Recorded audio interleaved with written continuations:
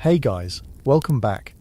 Tonight, we're going to a very specific place and a very specific time. We're going to the city of Strasbourg in the summer of 1518. We're here to witness one of the most bizarre and frankly baffling events in human history, the Dancing Plague. It's a story that sounds like something out of a fairy tale, or maybe a horror movie. A woman walks into the street and starts to dance, and she doesn't stop for days. Soon she's joined by dozens, and then hundreds of people, all dancing uncontrollably, their faces etched with agony, until some of them, until they collapse from sheer exhaustion, from heart attacks and strokes. It's a story that seems to defy all logic, and for centuries we've tried to explain it away. Was it a fungus on the grain? A strange new disease? A shared hysterical delusion? But to even begin to understand what happened, we can't just look at the dancers. We have to look at the world they lived in, the world that made them. We have to understand the immense crushing pressure that was building and building in that city, until something inevitably had to break. It's a story about the incredible resilience of the human mind, but also its profound fragility. So, if you enjoy these quiet journeys into the past, and you find some comfort here, maybe consider liking this video and subscribing to the channel. It just helps other people who might be looking for a quiet corner of the internet find us. And as always, I love to know where you're listening from. It's just a nice thought, knowing we have this quiet, global community all settling in for the night together. Alright, that's enough of that. It's time to get comfortable, turn down the lights, pull up the covers, and maybe adjust your pillow one last time. Let the worries of your day begin to fade. Just let them drift away. We're leaving the 21st century behind now. Our destination is a world of wood smoke, and church bells, and deep, deep anxiety. Let's go there together. Chapter 1. A City on the Brink, Strasbourg, in 1518. Let's take a walk. Before we meet Frau Troffea, the woman who started it all, we first need to get our bearings. We need to walk the streets of her city, Strasbourg, and understand the very air she breathed, because the air in 1518 was thick with more than just the smoke from countless wood fires. It was thick with fear. Imagine stepping out of a time machine into a Strasbourg street in the year of our story. The first thing that would hit you isn't a sight, but a smell. It's an overwhelming, multi-layered assault on the senses. There's the ever-present, earthy, slightly sour smell of the River Ill, which snakes through the city like a muddy artery. Mixed with that is the sharp chemical tang from the tanners district, where hides are being soaked in vats of things you really don't want to think about too closely. There's the smell of livestock, pigs, chickens, and the occasional goat kept in tiny backyard plots, their waste mingling with the humankind in the open gutters that run down the centre of the narrow, cobbled streets. And layered over all of it is the comforting, almost holy smell of baking bread from a communal oven, and the constant hazy perfume of wood smoke hanging in the air from thousands of hearths. This isn't the clean, sanitized past of movies. This is a living, breathing, and profoundly fragrant place. Now, look around. The streets are impossibly narrow, designed for feet and carts, not our modern sense of personal space. The buildings lean in towards you, their timber-framed upper stories jutting out over the street below, almost touching the buildings across the way. They create a sort of man-made canyon, blocking out much of the direct sunlight. It feels cozy but also claustrophobic. It's a city of shadows and sudden bright squares. Everywhere you look there is texture. Rough-hewn wood, lumpy plaster, worn cobblestones, and slate roofs green with moss. And the sound. There is no hum of electricity, no distant traffic. The soundscape is entirely human and animal. It's the rhythmic thump-thump-thump of a blacksmith's hammer, the rattle of a wooden cart's wheels on stone, the shouting of merchants hawking their wares, the squawking of chickens, the murmur of a dozen different German dialects, and underpinning it all, the one sound that truly governed life, the tolling of the church bells, especially the bells of the great cathedral, the Notre Dame of Strasbourg. This cathedral is the city's heart and its anchor. At this point in 1518, its single magnificent spire has been complete for less than a century. It soars into the sky, a masterpiece of Gothic engineering, a delicate web of carved stone that seems to defy gravity. It is, at the time, the tallest building in the world. It's more than a church. It's a statement, a declaration of Strasbourg's wealth, its piety, and its ambition. From anywhere in the city you can see it, a constant stony reminder of God's presence, His power, and His judgment. The bells don't just tell you the time to pray, they tell you when to wake, when to work, when the market opens, when the city gates are closing. They are the city's clock and its conscience. So this is Frau Troffea's world, crowded, noisy, smelly, and lived entirely under the shadow of that great stone spire. But to understand the pressure building inside her and her neighbours, we need to look beyond the physical city and into the invisible structures that govern their lives. And that starts with understanding Strasbourg's unique place in the world.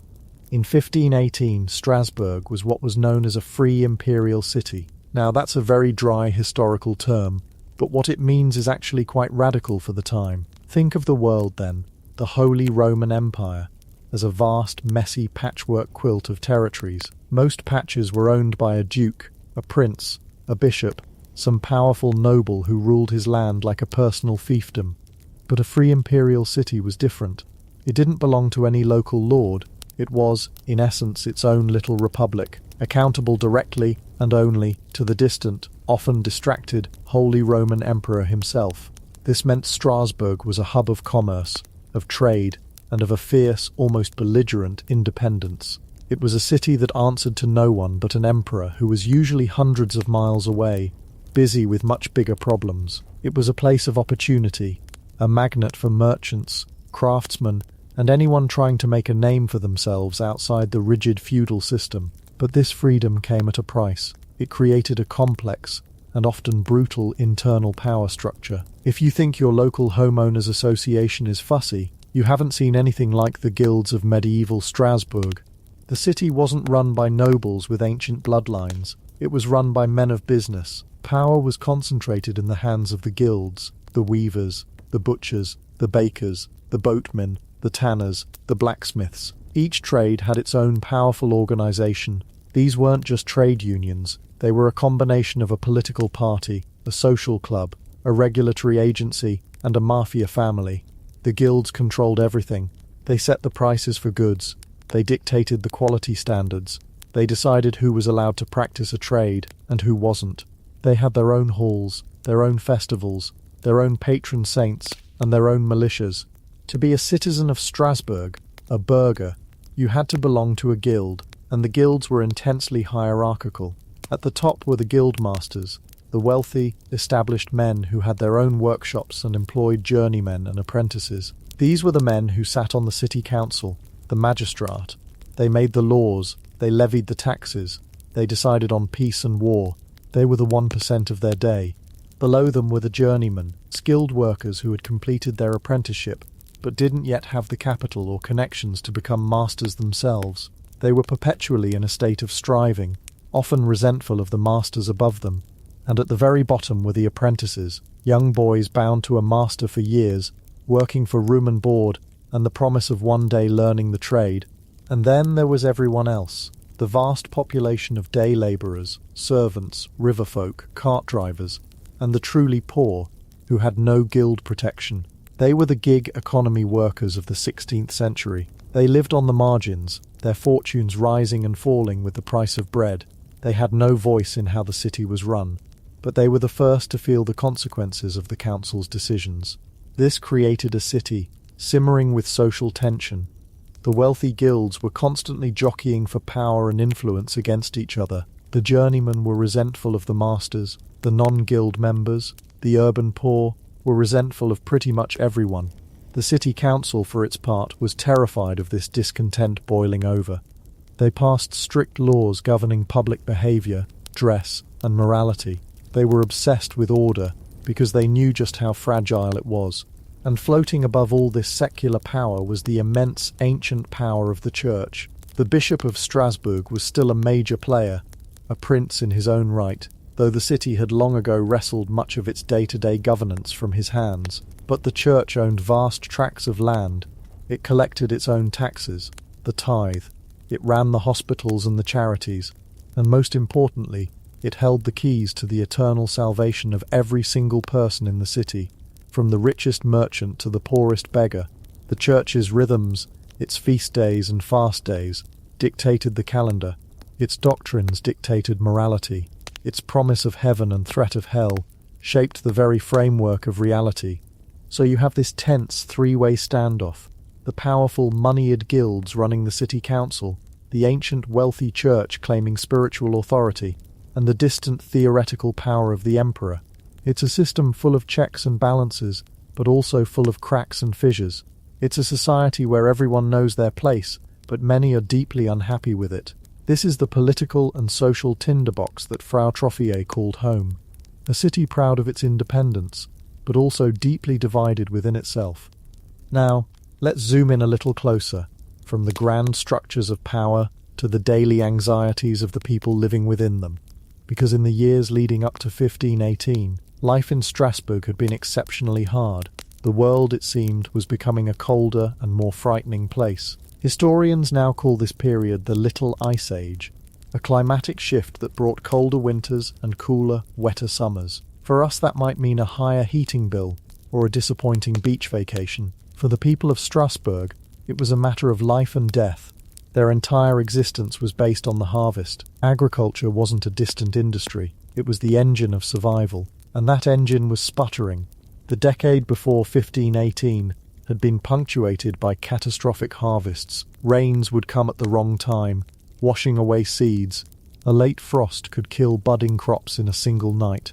A wet summer meant the grain might not ripen at all, or worse, it could rot in the fields, sprouting a blackish, toxic fungus called ergot. This fungus is important. When ground into flour and baked into bread, ergot could cause a horrifying condition known as ergotism, or by its more common name, St. Anthony's fire. It was a truly demonic affliction. One form caused terrifying convulsions, muscle spasms and vivid, nightmarish hallucinations.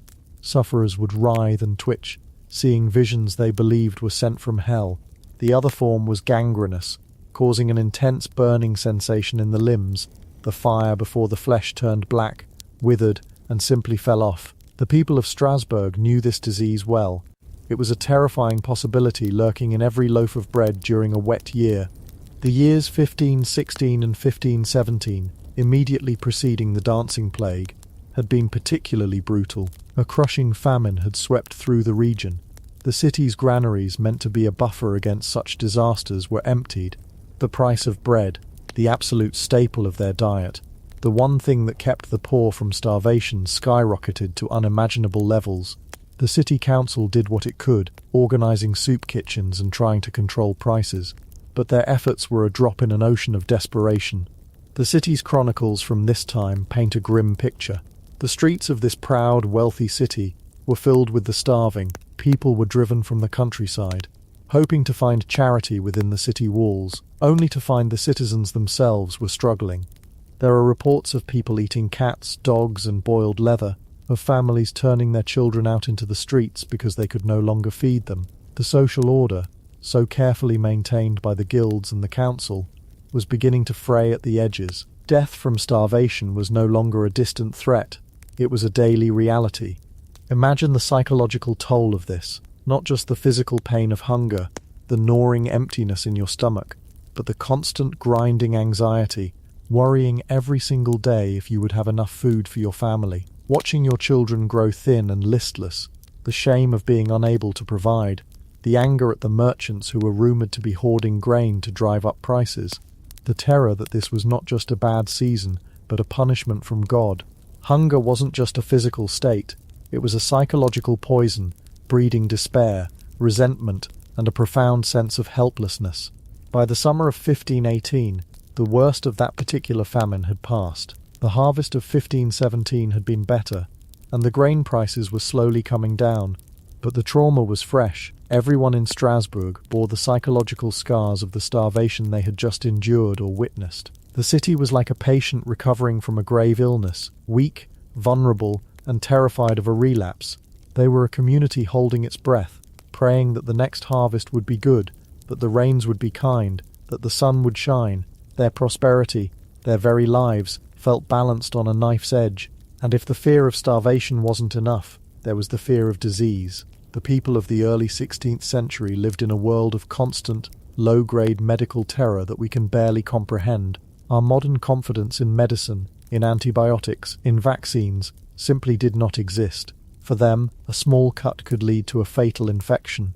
A fever could be a death sentence. Childbirth was a mortal danger for both mother and child. The world was full of invisible threats that could snuff you out without warning or reason. The memory of the Black Death, the Great Plague of the 14th century, was still deeply embedded in the cultural psyche. It was the ultimate horror story, a tale of God's wrath that had wiped out a third of Europe. While it hadn't returned with that same ferocity, smaller, localized outbreaks of plague were a regular occurrence, a constant source of dread. A rumor of plague in a nearby village was enough to cause panic, to shut down trade, and to make people eye their neighbors with suspicion. But alongside the old familiar terrors, a new and particularly frightening disease was spreading across Europe. It had appeared in the 1490s, and it was devastating. We know it today as syphilis. They, however, gave it many names, usually blaming it on their enemies. The French called it the Neapolitan disease. The Italians and Germans called it the French disease. Whatever its name, its effects were horrifying. It was a disease of sores, of debilitating pain, of madness, and of a slow, disfiguring death. What made it so terrifying was not just its physical toll, but its moral dimension. Because it was so clearly linked to sexual contact, it was seen as a direct punishment from God for the sin of lust. It was a sickness of the soul made manifest in the flesh. To contract it was not just a medical catastrophe, but a mark of shame, a public declaration of your sinfulness. Preachers railed from the pulpits about this new plague, sent by God to punish a wicked and licentious generation. So, add this to the psychological pressure cooker of Strasbourg. You have a populace weakened by malnutrition, living in crowded, unsanitary conditions, haunted by the memory of old plagues, and terrified by the arrival of a new, shameful one.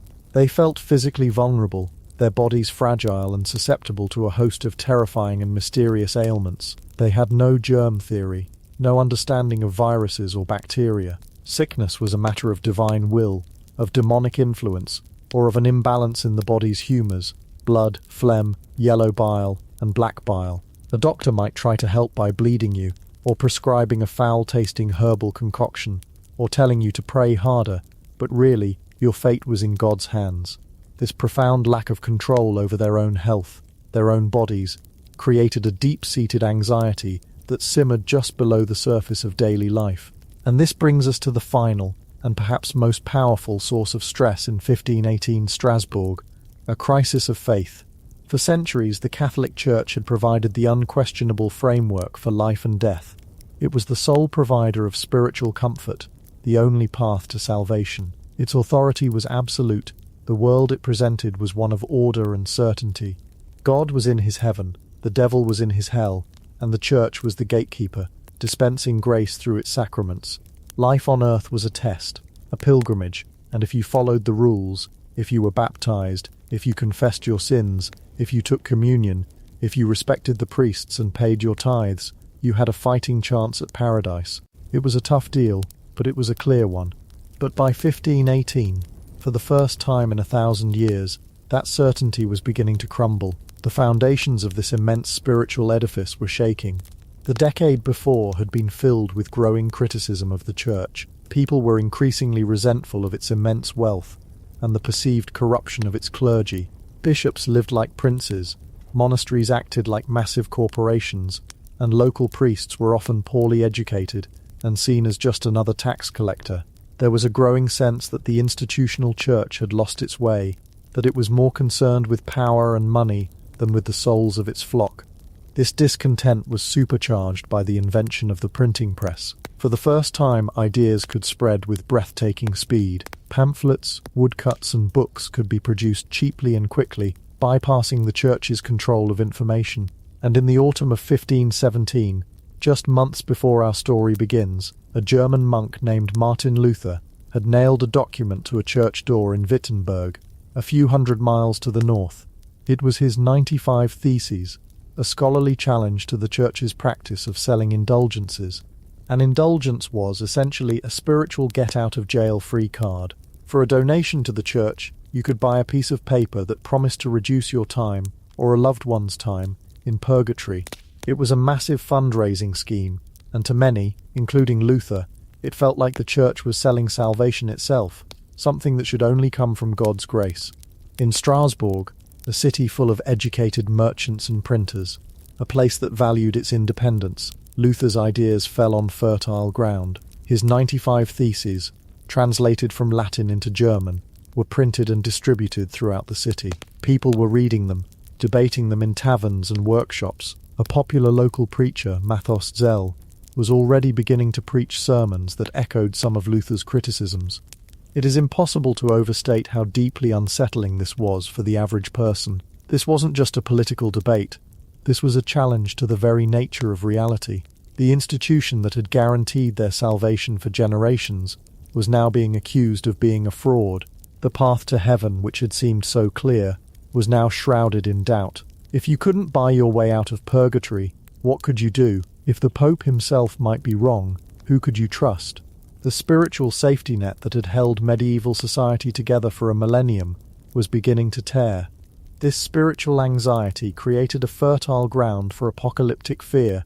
If the Church, God's own institution on earth, was corrupt and faltering, it must be a sign of the end times. Preachers, both official and self-appointed, saw omens everywhere. The famines, the new diseases, the bitterly cold winters. These were not random events.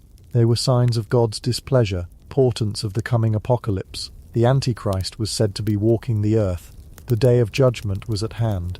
People were caught in an unbearable spiritual vice. On one hand, the Church demanded strict obedience and piety to avoid damnation. On the other, a rising tide of new ideas was telling them that the Church's rules might be a lie. They were terrified of God's wrath, but no longer sure how to appease him. This wasn't an abstract theological problem. It was an intimate, personal crisis happening in the soul of every man and woman in Strasbourg. So, let's pull the lens back. Let's look at the city of Strasbourg in the summer of 1518, on the eve of the strange events to come. What do we see? We see a city that is physically and psychologically exhausted, a community that has just survived a devastating famine and lives in fear of the next one, a people weakened by hunger and haunted by disease, both old and new. We see a society riddled with social tensions between the rich and the poor, the powerful guilds and the disenfranchised masses, and most profoundly, we see a people whose spiritual world has been turned upside down, their faith shaken, their anxieties stoked by apocalyptic fears. The people of Strasbourg were living in a state of chronic, high-level stress. They felt powerless against the weather that controlled their food supply, powerless against the diseases that ravaged their bodies, powerless against the complex economic and political forces that shaped their lives, and now powerless to even be sure of their own salvation. They were a people stretched to the breaking point.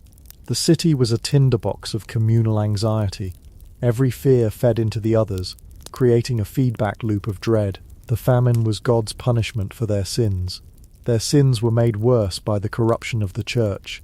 The new diseases were a sign of the end times. All of these pressures, social, economic, physical, and spiritual, were building and building, with no release valve, no way to let off the steam. Into this city, this pressure cooker of human misery and fear, one ordinary woman was about to step out of her house and into the humid summer street. She was not a noble, or a priest, or a guild master. She was simply Frau Troffea, and in an act that remains inexplicable to this day, she was about to provide the spark that would ignite the entire city. She was about to start dancing. Chapter 2. The First Dancer. The Unravelling of Frau Troffea. And so she began to dance. It wasn't a dance of celebration. There was no music, no festival, no joyous occasion to mark. There was only the oppressive, humid air of a Strasbourg mid-July, the kind of heat that makes you feel like you're breathing through a wet wool blanket.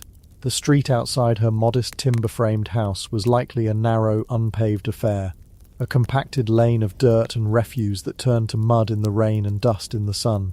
The smells would have been a thick soup of life, wood smoke, baking bread from a communal oven, the sharp tang of a tanner's yard down the way, and the ever-present, low-humming aroma of human and animal waste that was part of the urban soundscape of the 16th century.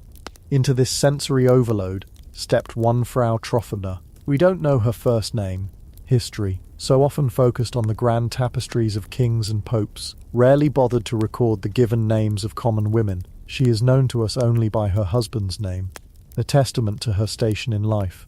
She was not a person of note. She was, in every respect, an ordinary woman living in a city that was simmering with extraordinary pressures, and for reasons we will never truly know, she chose this day, this moment, to step out of the relative privacy of her home and begin a performance for an audience she did not seek.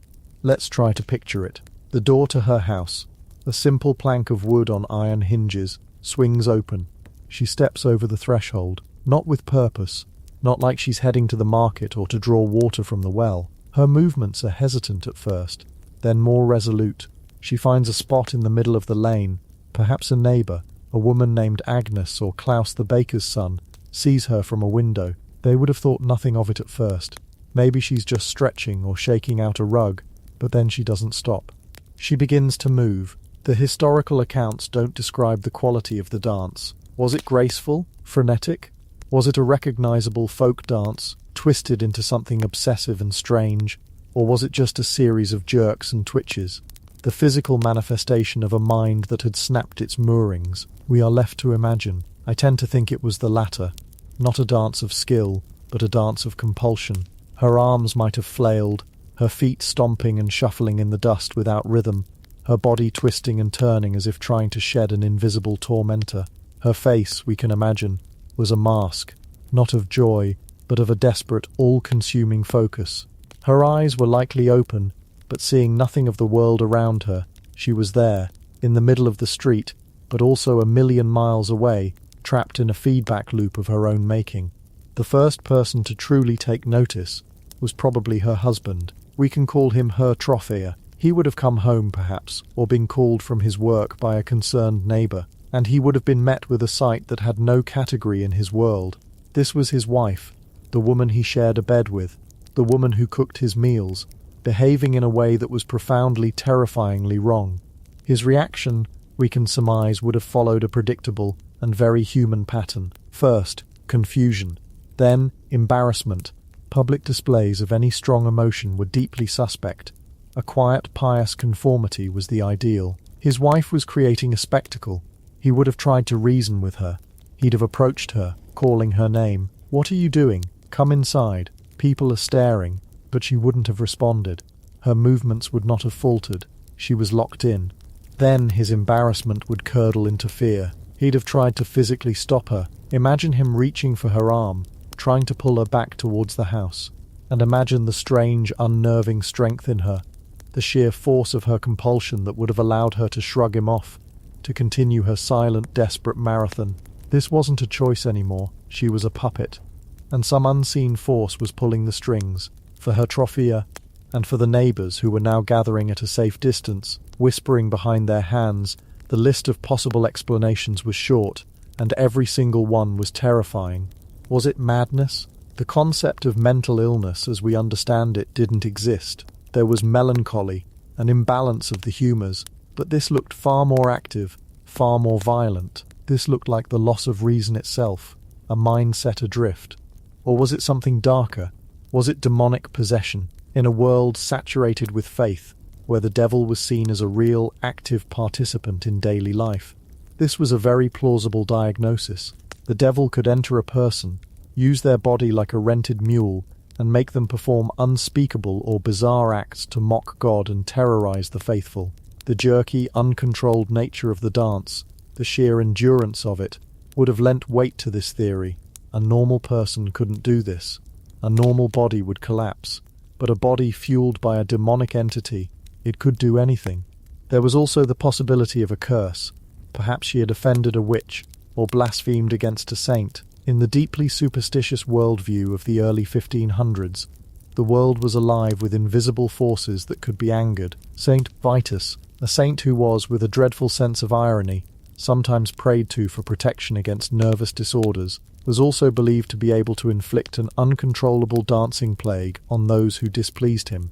So was Frau Troffea a sinner being punished by heaven, or a victim being toyed with by hell? For the onlookers, the distinction was academic. The result was the same, a woman in the street dancing herself to death. For the first day, she danced alone. From the merciless sun of midday, through the long, slanted shadows of the afternoon, and into the dusky twilight, the neighbours watched. Children were likely pulled inside, warned not to look at the strange woman. The street, normally a place of commerce and community, became a theatre of the bizarre. The only sound was the scuffing of her feet in the dirt, the ragged sound of her own breathing, and the low murmur of the crowd. Her husband, we can assume, was beside himself with desperation. He would have pleaded, begged, maybe even threatened. Nothing worked. As night fell, true, deep, pre-industrial night, with only the moon and a few flickering lanterns to light the scene, she was still there, still moving. A lone, frantic silhouette in the darkness. Did she collapse? Did he manage to drag her inside, only for her to stumble out again at dawn? The records don't specify, but they are clear on one point. She did not stop for long. By the second day, the situation had escalated from a neighbourhood curiosity to a city-wide rumour. People would have come from other streets to see the dancing woman. The crowd grew, and Frau Troffea's physical condition must have been deteriorating rapidly. Think about it. We, in our comfortable world, get tired after a few hours on our feet. We complain about a long shift at work or a day spent walking around a theme park. Frau Troffea had been in non-stop, high-intensity motion for over 24 hours. Her shoes, likely simple leather or cloth slippers, would have been shredded. The soles of her feet would be a raw, bleeding mess. Every step would have been agony, yet she could not stop. Her clothes would be soaked through with sweat, caked with the dust she kicked up. Dehydration would be setting in. Her lips would be cracked, her eyes sunken. She was, quite literally, dancing herself into a state of critical medical distress. And still, she moved. This is the point where the strangeness tipped over into the supernatural for the people of Strasbourg. A human body shouldn't be able to do this. The sheer stamina was monstrous. It defied the known laws of biology. This wasn't just a fit of madness. This was something powered by an unnatural engine. The whispers of demonic possession would have grown louder. Sometime during that first week, the accounts vary, suggesting it was between 4 and 6 days into her ordeal, something new happened. Something that would transform this from the tragic story of a single woman into a full-blown epidemic. Someone else joined in. We don't know who the second dancer was. Was it a man or a woman? A friend overwhelmed by a terrifying form of sympathy? Or was it a stranger? Another soul in Strasbourg, who was already so close to the breaking point that the sight of Frau Troffea's public unravelling gave them a strange kind of permission to have their own. Imagine the scene. For days, the crowd has been a passive circle of spectators. They watch, they whisper, they pray, they cross themselves. But they keep their distance. It's a show, a horrifying, fascinating show. Then, from the edge of the crowd, one person steps forward. They don't try to help Frau Troffea. They don't try to stop her. They simply begin to dance with her. The quality of their dance would have been the same. Not joyous, not skilled.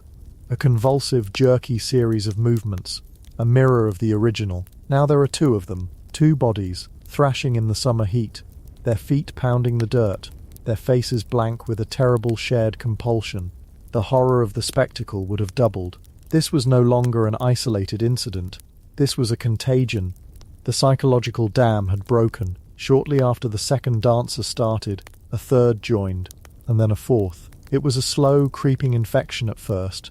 Perhaps it was a handful of people by the end of that first week. They were mostly women, but some men too. They were drawn into her orbit, their own private miseries and anxieties finding a sudden, shocking, and public outlet. For Frau Troffea, this must have been a strange and terrible vindication. She was no longer a lone spectacle. Her private madness was now a shared experience. But it offered no relief. There was no camaraderie in this dance. The dancers didn't seem to acknowledge each other. They were all islands of suffering, moving in unison but utterly alone in their heads. They were a collection of broken machines, all stuck on the same terrifying loop. And so, what began with one woman's solitary, inexplicable act had, within a week, become a public crisis. It was no longer Frau Troffea's problem, or her husband's. It was now a problem for the city of Strasbourg. A small but growing number of its citizens were in the streets, in broad daylight, engaged in a continuous, agonizing, and potentially fatal dance. They were not eating, they were not drinking, They were not sleeping, they were simply dancing, their bodies breaking down, their feet bleeding into the dust of the hot city streets. The unravelling of Frau Troffea was complete. She had lost herself, and in the process had become the epicenter of a mania that was now beginning to swallow the city whole. The authorities would have to intervene, and their intervention, born of a profound misunderstanding of the problem, would be a catastrophe. Chapter 3. An unholy festival, the authorities' fatal miscalculation.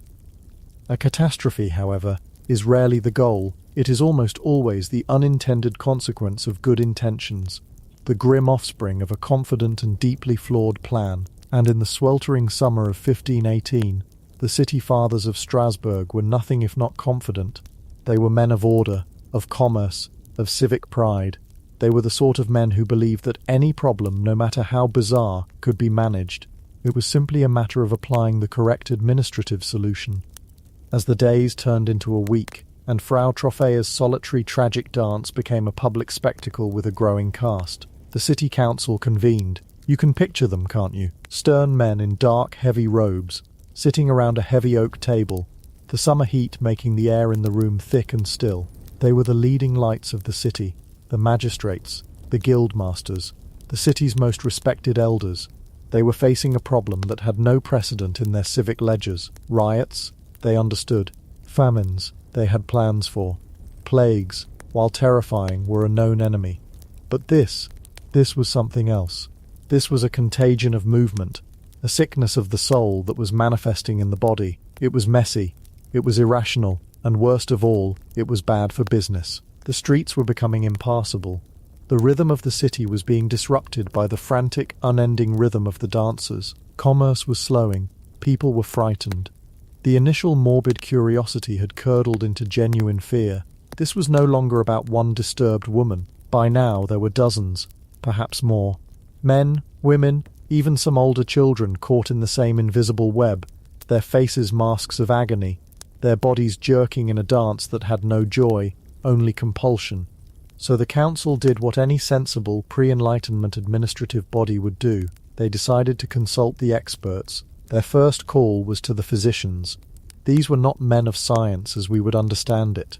There were no laboratories, no microscopes, no concept of germ theory. Their understanding of the human body was a legacy system, an ancient and elegant model that had been the cornerstone of Western medicine for over 1,000 years, the theory of the four humours.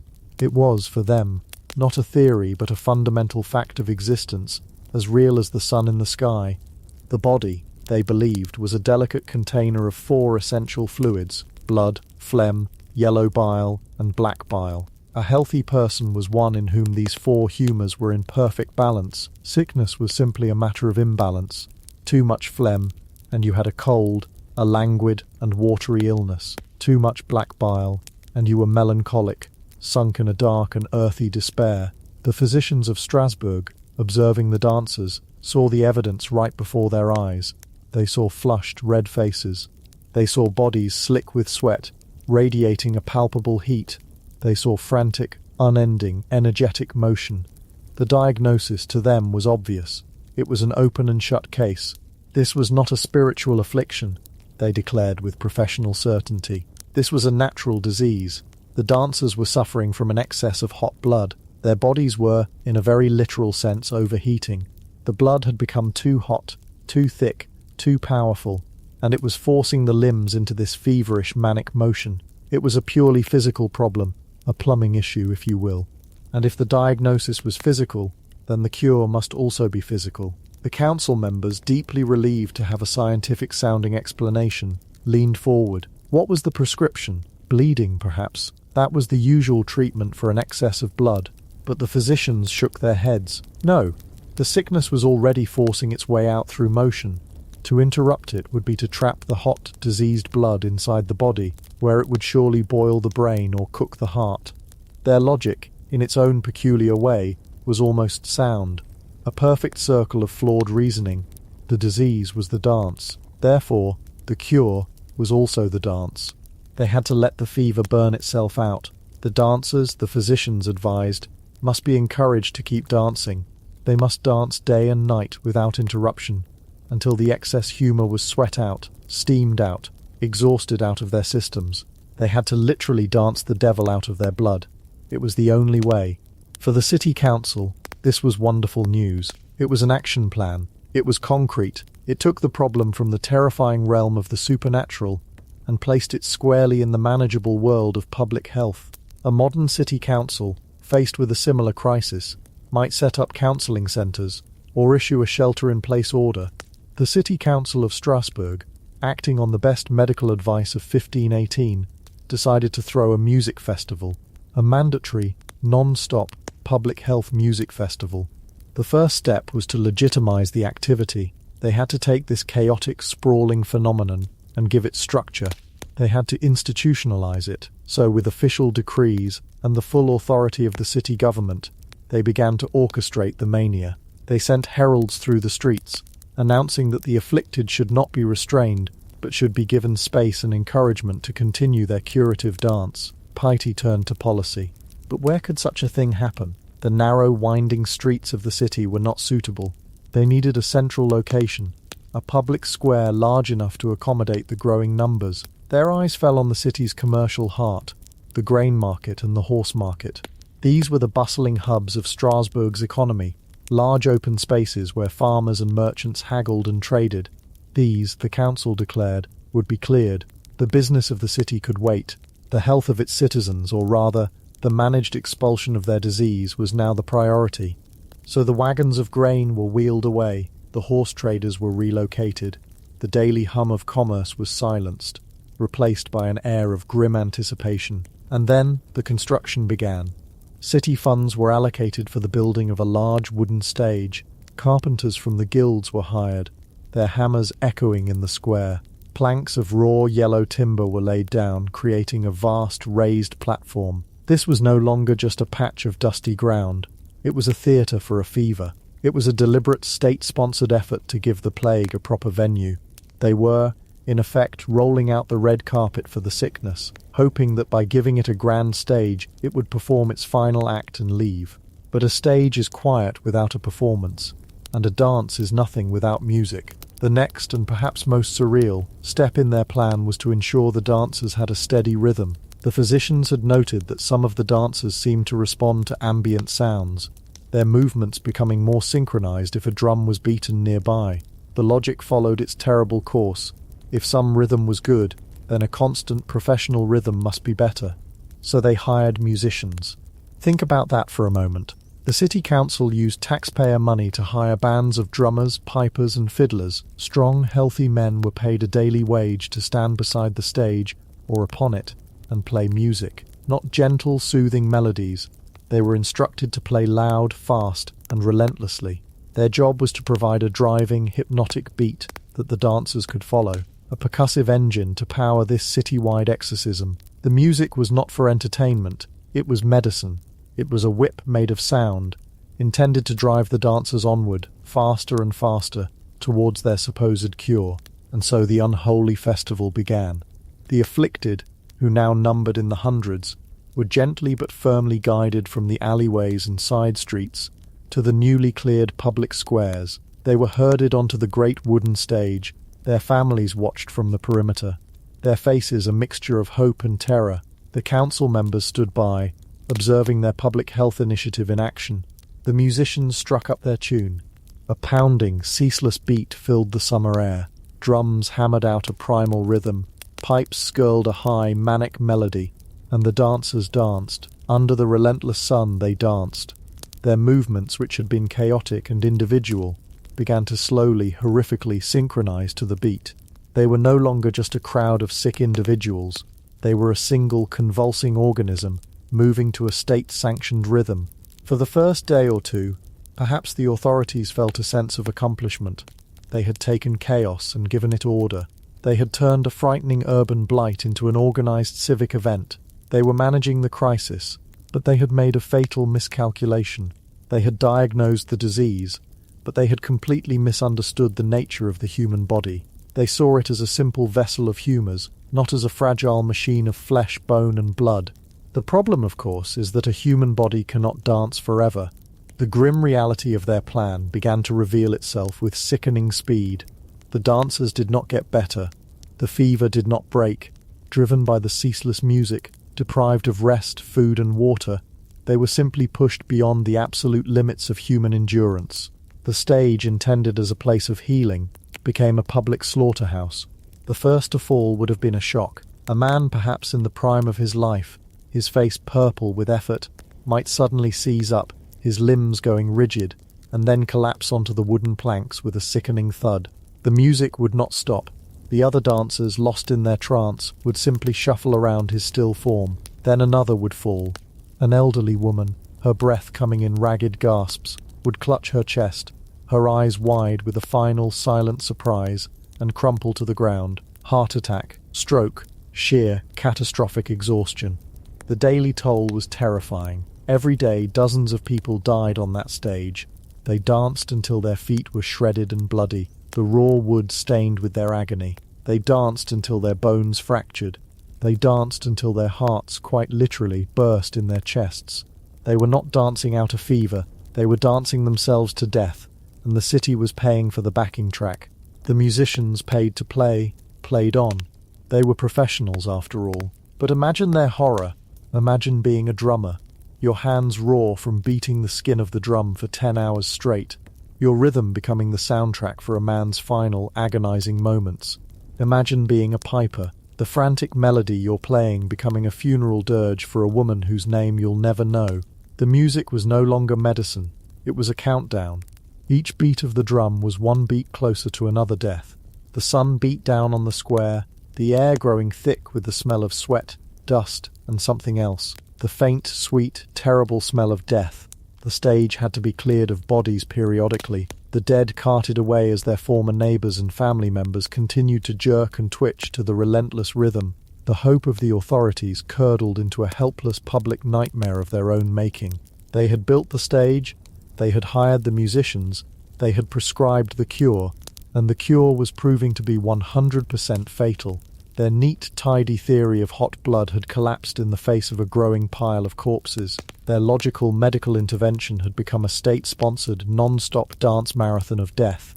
The science had failed, the administration had failed, the catastrophe was in full swing, and the men who had orchestrated it could only watch in dawning horror, realizing that they had not contained the plague, but had instead become its most efficient and deadly accomplice. A new solution was needed, a desperate one. If medicine had no answer, if the physical world offered no cure, there was only one place left to turn. Chapter 4.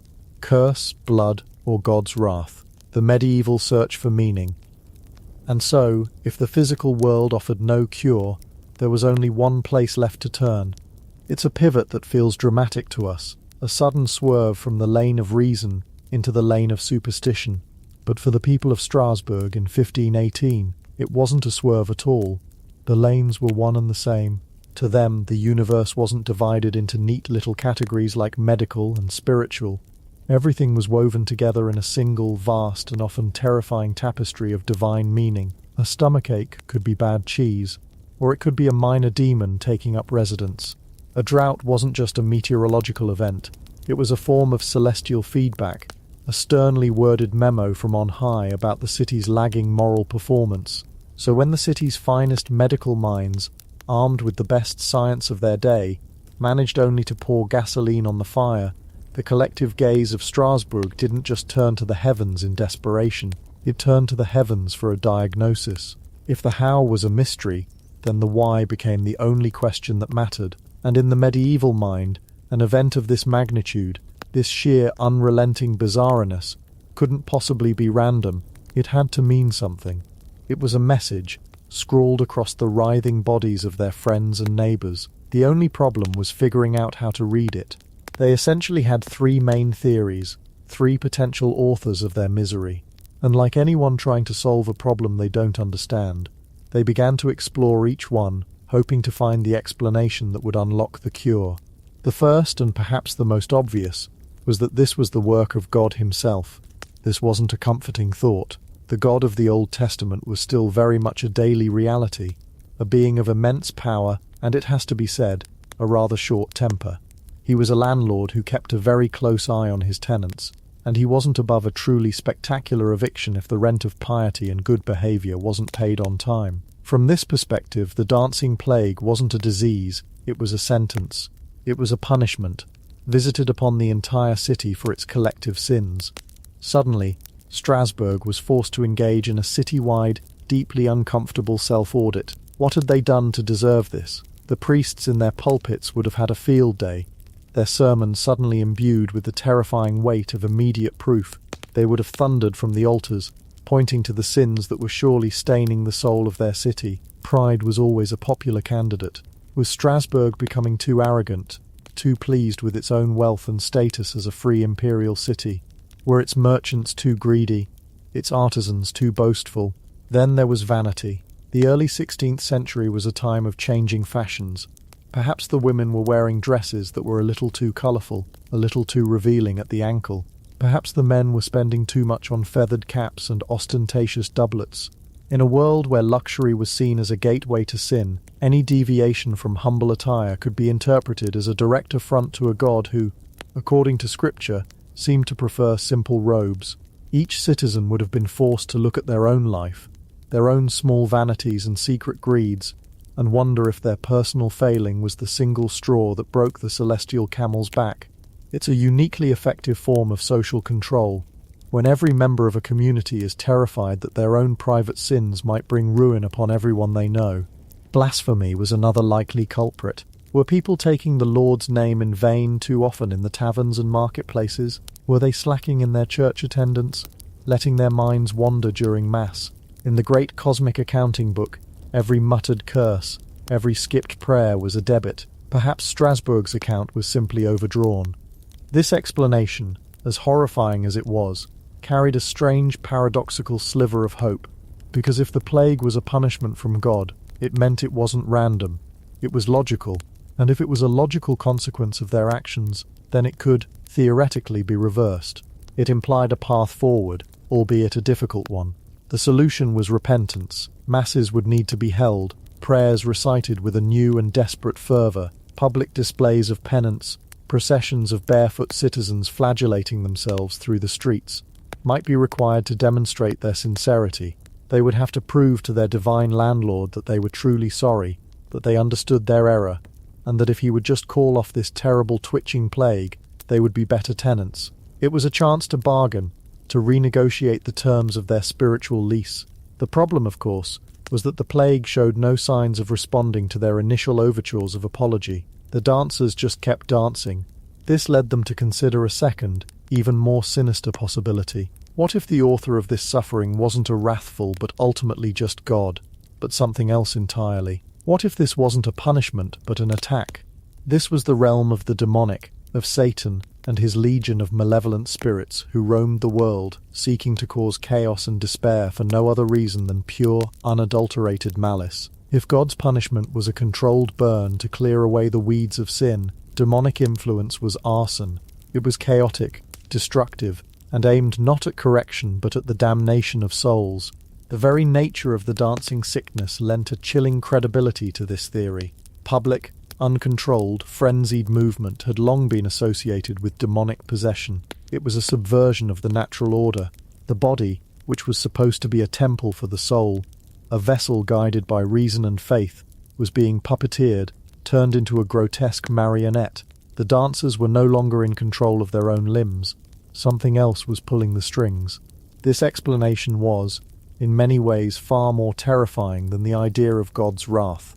A wrathful God could be appeased, but a demon? A demon simply wanted to destroy. This theory shifted the emotional landscape of the city from guilt to one of profound and paranoid fear. A neighbour wasn't just sick, they might be a host, a portal through which a dark power was asserting its influence on the world. The plague wasn't just a crisis, it was a spiritual invasion. Under this theory, the priests and monks of Strasbourg would have shifted their tactics from encouraging repentance to engaging in active spiritual warfare. Exorcisms would have been attempted. The air in the city, already thick with the smell of sweat and fear, would have become heavy with the scent of burning incense and the splash of holy water. Prayers would no longer be pleas for forgiveness, but commands of banishment. holy words wielded like weapons against an unseen enemy. They would have held up crucifixes to the twitching faces of the dancers, chanting in Latin, trying to drive out the evil that had taken root. But again, nothing worked. The dancers seemed utterly immune to their spiritual assaults. They danced through the holy water as if it were rain, their eyes vacant, their bodies oblivious to the sacred rituals being performed around them. The failure of exorcism would have been profoundly unsettling. It was like discovering your most powerful weapons were firing blanks. If this was the devil's work, he was proving to be remarkably resistant to their standard operating procedures for eviction. What if we've been left here, defenseless, to be tormented?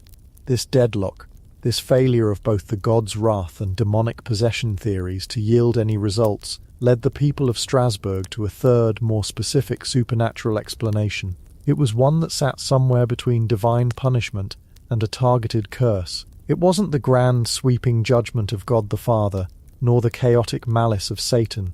It was smaller, more personal, and in a way, more bureaucratic. They began to suspect they had run afoul of a saint. In the medieval Catholic worldview, saints were not just historical figures to be admired. They were active, powerful agents in the celestial court. They were patrons, protectors, and intercessors. Each saint had a portfolio, a specific area of expertise. Saint Apollonia handled toothaches. Saint Anthony helped you find lost things. They were a vast spiritual customer service department you could appeal to for specific problems. But this relationship was a two-way street. These saints demanded respect. They had feast days that had to be honored, shrines that had to be maintained, and names that were not to be taken lightly. And some of them, if offended, were known to be vindictive. And when it came to a plague of uncontrollable manic dancing, one name would have sprung to the lips of every man, woman, and child in Strasbourg: Saint Vitus.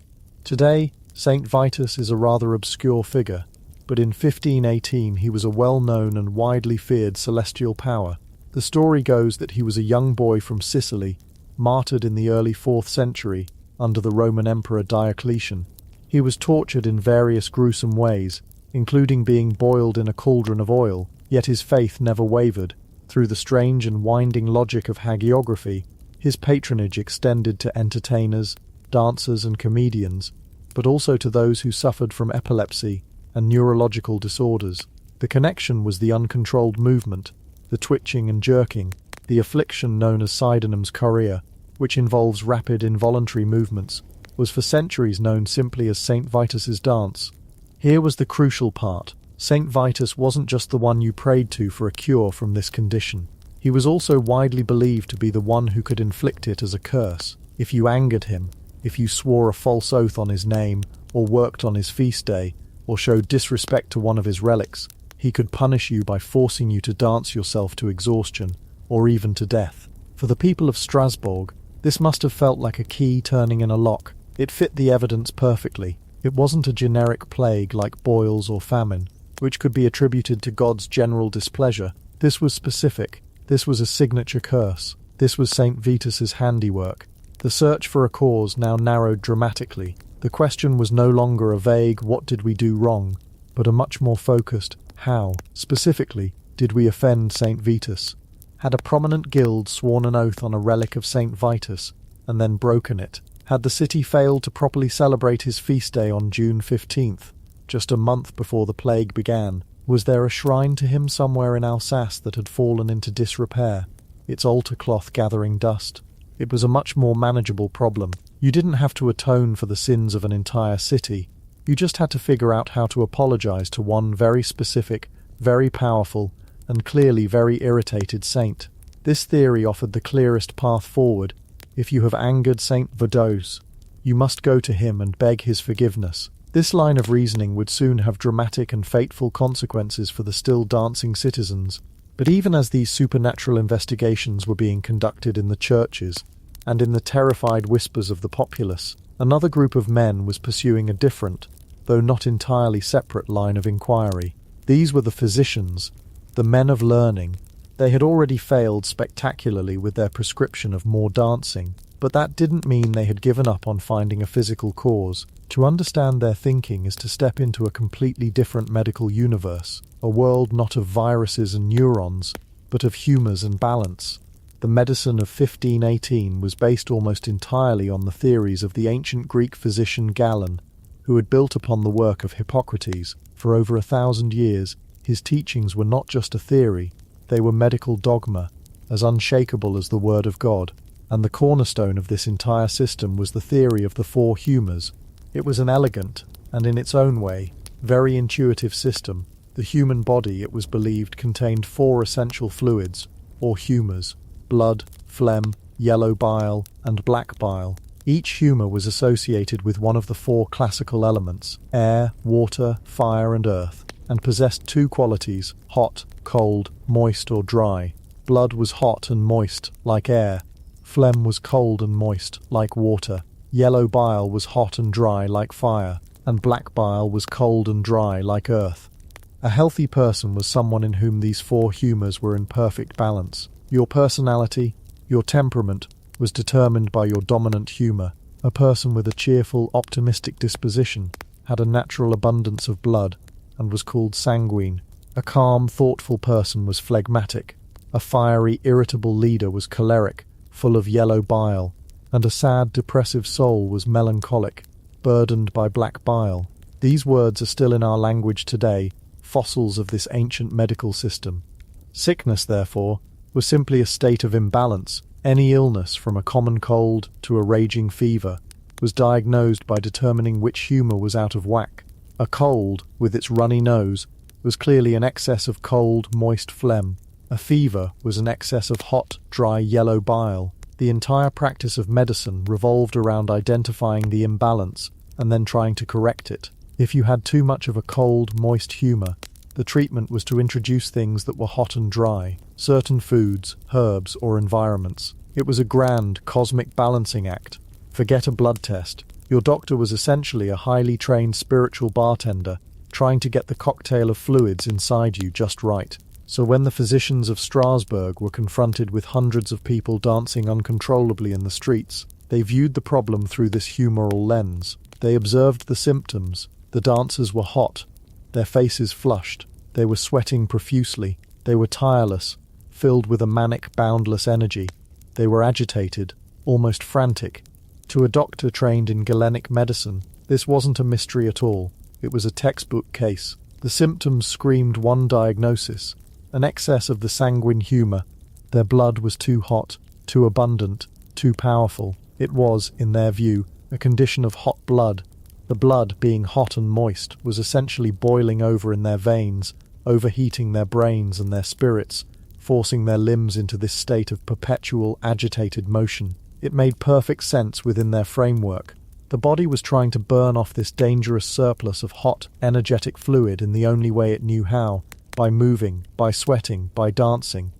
And this diagnosis is what led them to their catastrophic prescription. If the problem is an excess of hot blood, and the body is trying to burn it off by dancing, then the logical solution is to help it.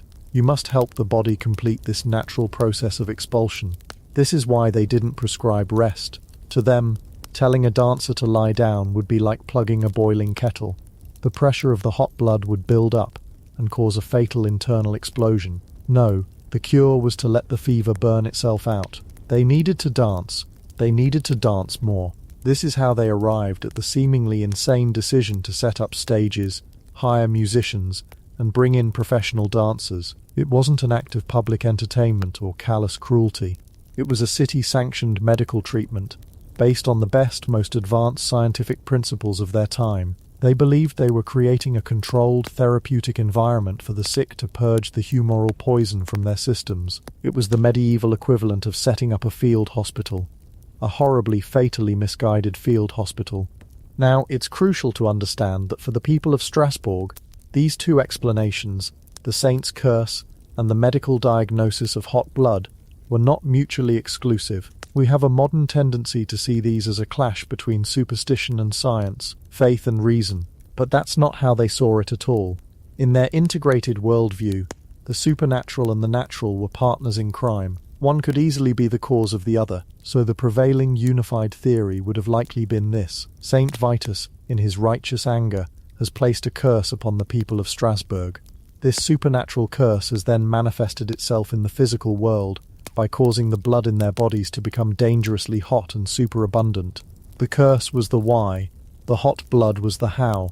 This explains the city's seemingly contradictory, two-pronged approach to the crisis. They were attacking the problem on both fronts, the spiritual and the physical, because they believed the cause and the symptom were a single interconnected entity.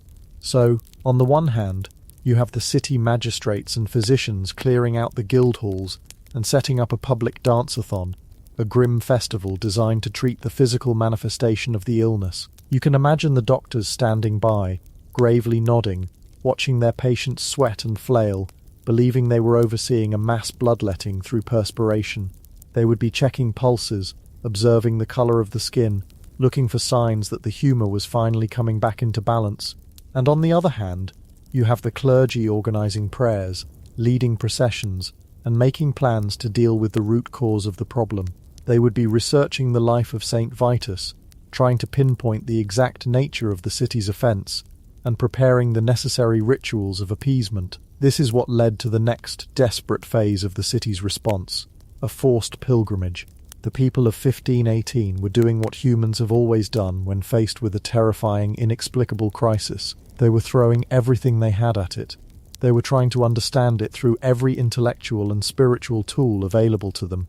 Forget WebMD. Their search engine was a grim-faced priest and a 1,000-year-old medical text. Their attempts to find meaning, to impose a logical narrative onto a chaotic reality, were both deeply human and tragically flawed. They were trapped inside the prison of their own worldview. Every possible explanation they could conceive of, divine punishment, demonic influence, a saint's curse, or an imbalance of humours, only led them to actions that made the situation worse. Repentance didn't stop the dancing, exorcisms didn't stop the dancing, and the state-sponsored medical treatment was actively killing the patients. They were running out of explanations, they were running out of options, and still, day after day, under the hot July sun, the people of Strasbourg danced on, their bodies caught in a nightmare choreographed by an enemy they could neither see nor understand. Their search for meaning had given them answers, but the answers were wrong, and the true, brutal meaning of the plague was being written not in holy books or medical charts, but in the rising count of the dead. All that was left was one last desperate appeal to the very saint they believed had started it all. Chapter 5. The Pilgrimage of the Damned. Desperate measures and an uneasy end. The appeal to Saint Vitus was no longer a whispered prayer from a desperate family. It was now official city policy. The great disastrous experiment in civic-sponsored wellness was over. The stages, hastily built, were now being just as hastily dismantled. The musicians, who had played until their fingers were raw and their spirits broken, were sent home, their instruments falling silent for the first time in what felt like an eternity. The City Council of Strasbourg, having exhausted every worldly option, had performed what we might today call a complete and total 180. Their pivot was so sharp it's a wonder the entire city didn't suffer from whiplash. Imagine that meeting. The air in the council chambers, usually thick with the smell of old wood, ink and self-importance, was now heavy with the unmistakable aroma of failure. The physicians, once so confident in their theories of hot blood and humoral imbalances, were likely sitting in stony silence, staring at their hands. They had prescribed more dancing, and in doing so had poured gasoline on a fire. The death toll was their legacy. Into this vacuum of secular authority stepped the church. The priests, who had perhaps been biding their time, now had the floor.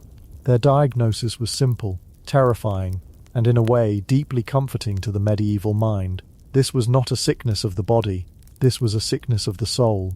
The city, they declared, was under a divine curse, an affliction sent from a slighted saint, and the culprit, the architect of this hellish ballet, was none other than Saint Vitus himself. Now this may seem strange to us. Why would a saint, a holy figure, torment the faithful so cruelly? But you have to understand the logic of the time. Saint Vitus was the patron saint of dancers, yes, but he was also the one you prayed to for protection against epilepsy, neurological disorders, and uncontrollable movements, the very symptoms ravaging the populace. It was a kind of spiritual symmetry. If he had the power to prevent such things, it stood to reason he had the power to cause them.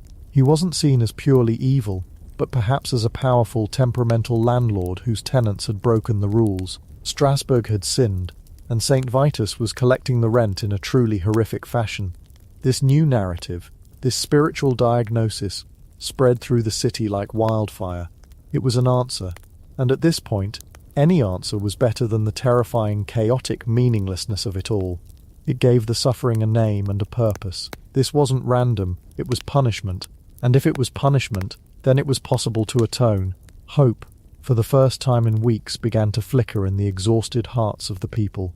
The council's new prescription was as drastic as its last one had been foolish. There was to be no more dancing in the city of Strasbourg. A public ban was enacted. All games of chance were forbidden. Taverns were to observe strict curfews.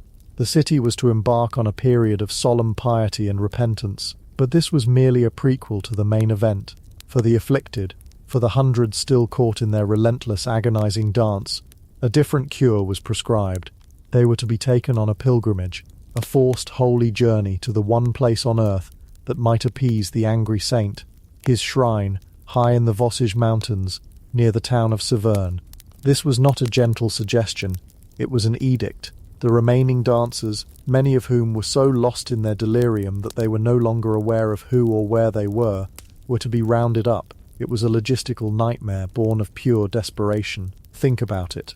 How do you safely transport hundreds of people who cannot control their own bodies? People whose limbs are flailing, whose feet are shuffling and stomping in a ceaseless rhythm.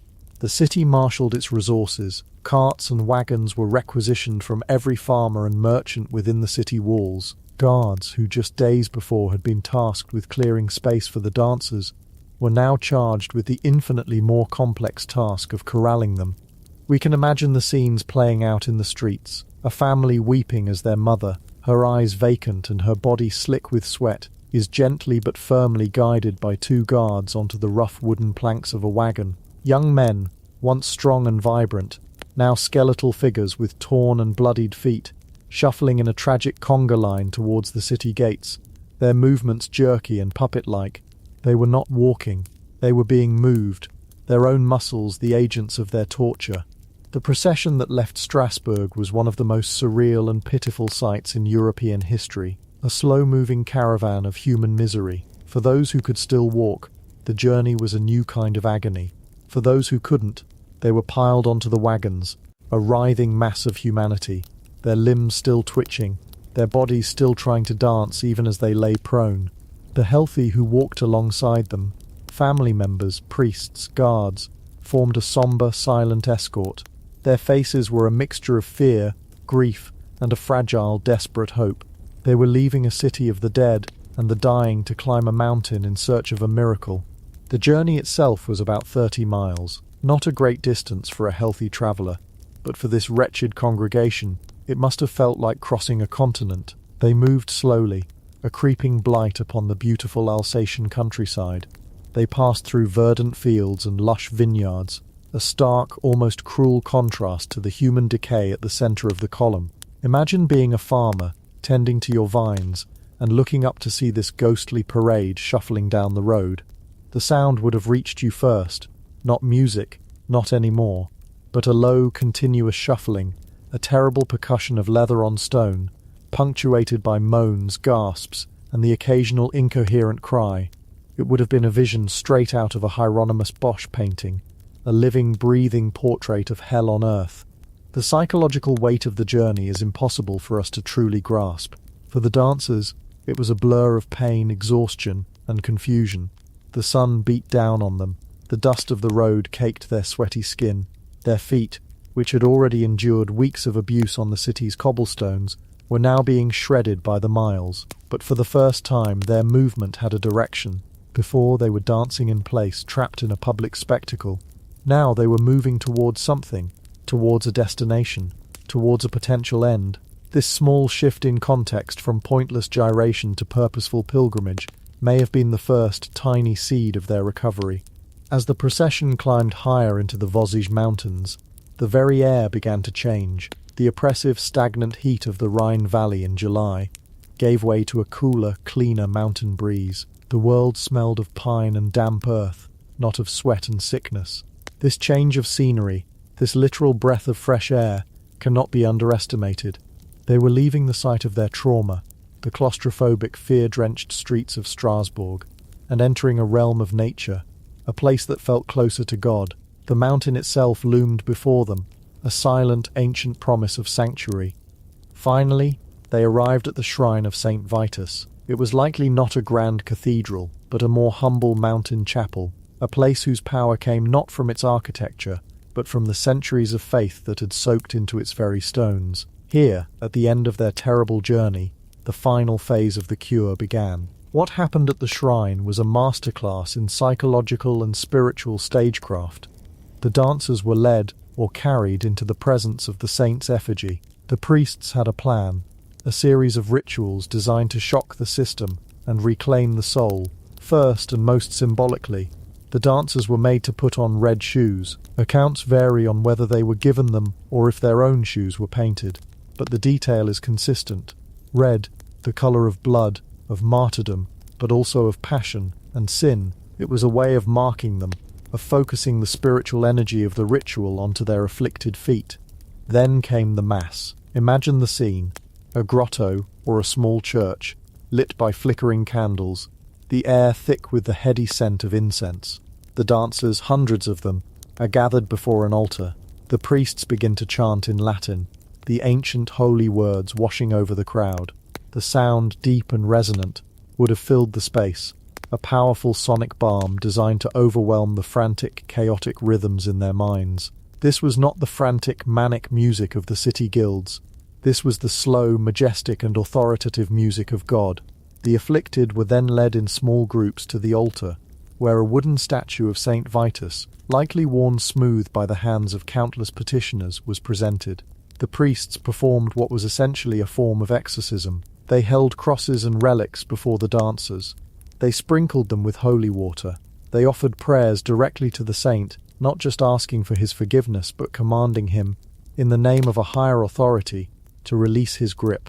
They would anoint the dancers' foreheads with holy oil, and crucially, they made the dancers dance. But this time, it was different.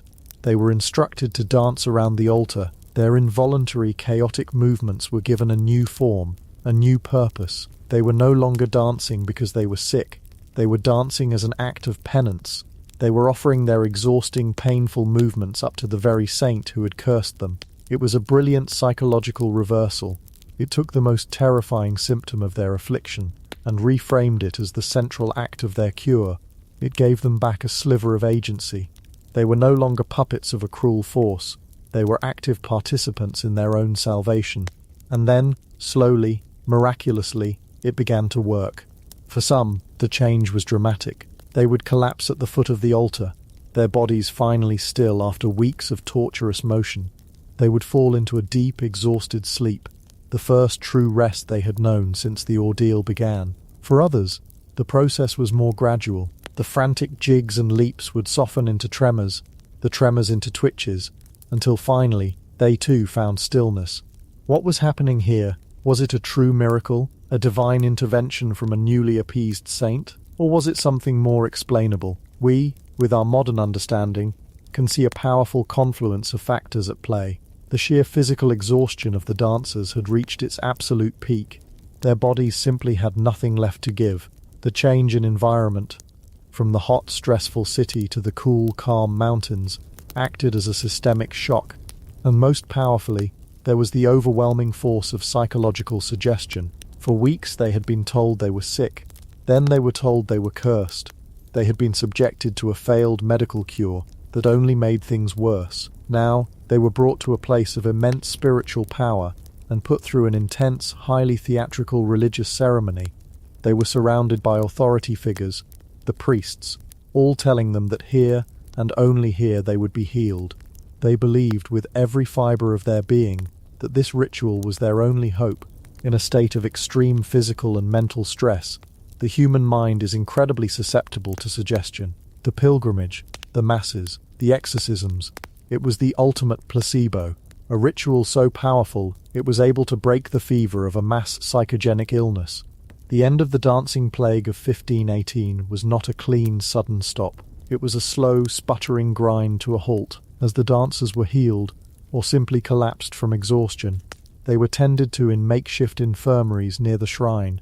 The return journey to Strasbourg was a stark contrast to the one that had brought them there.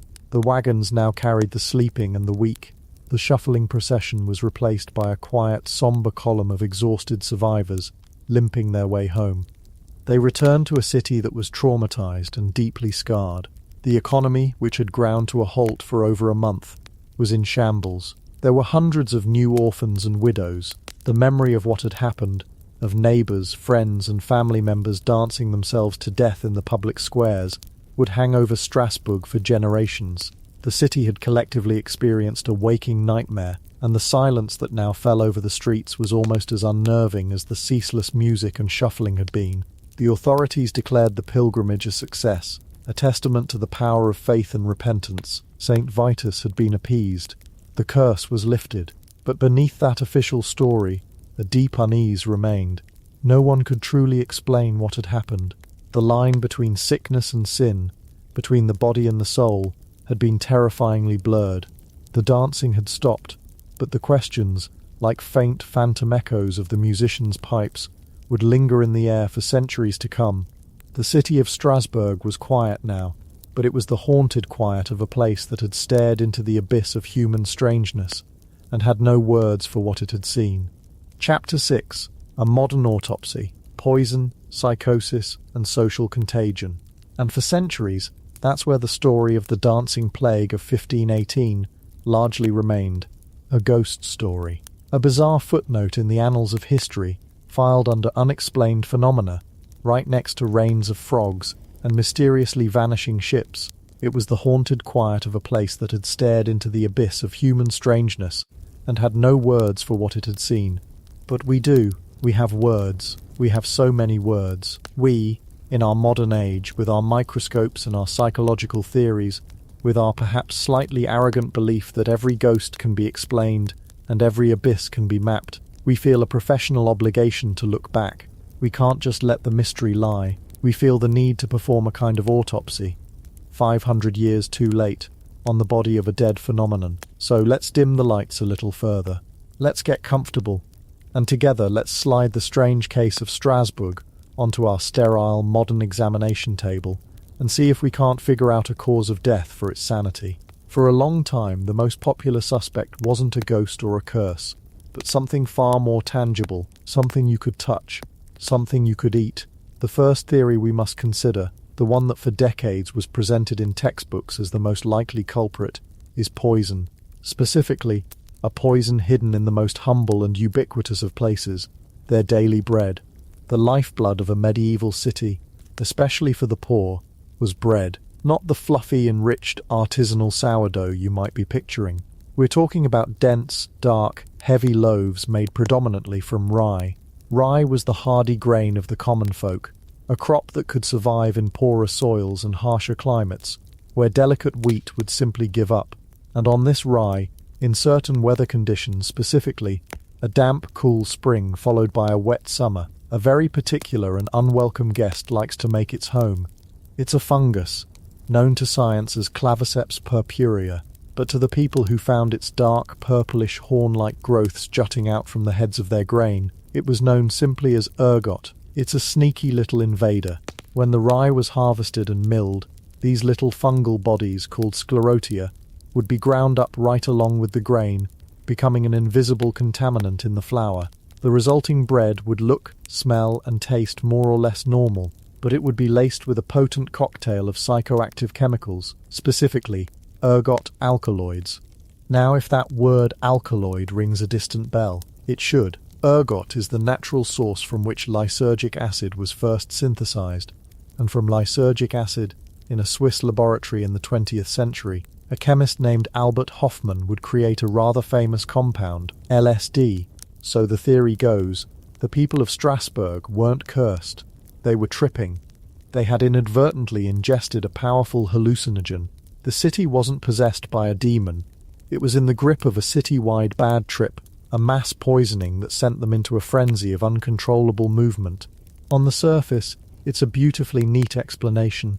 It takes the supernatural and makes it chemical. It takes the madness and puts it under a microscope. And the symptoms of this particular type of poisoning, known as ergotism, can be truly horrific. Historically, It was a scourge known as St. Anthony's fire, and it came in two devastating forms. The first, and more common, was gangrenous ergotism. The alkaloids in the fungus are powerful vasoconstrictors, meaning they cause the blood vessels to clamp down, cutting off circulation. It would start with a tingling, a feeling of pins and needles in the fingers and toes, a sensation of crawling insects under the skin. Then, the limbs would grow cold, then numb.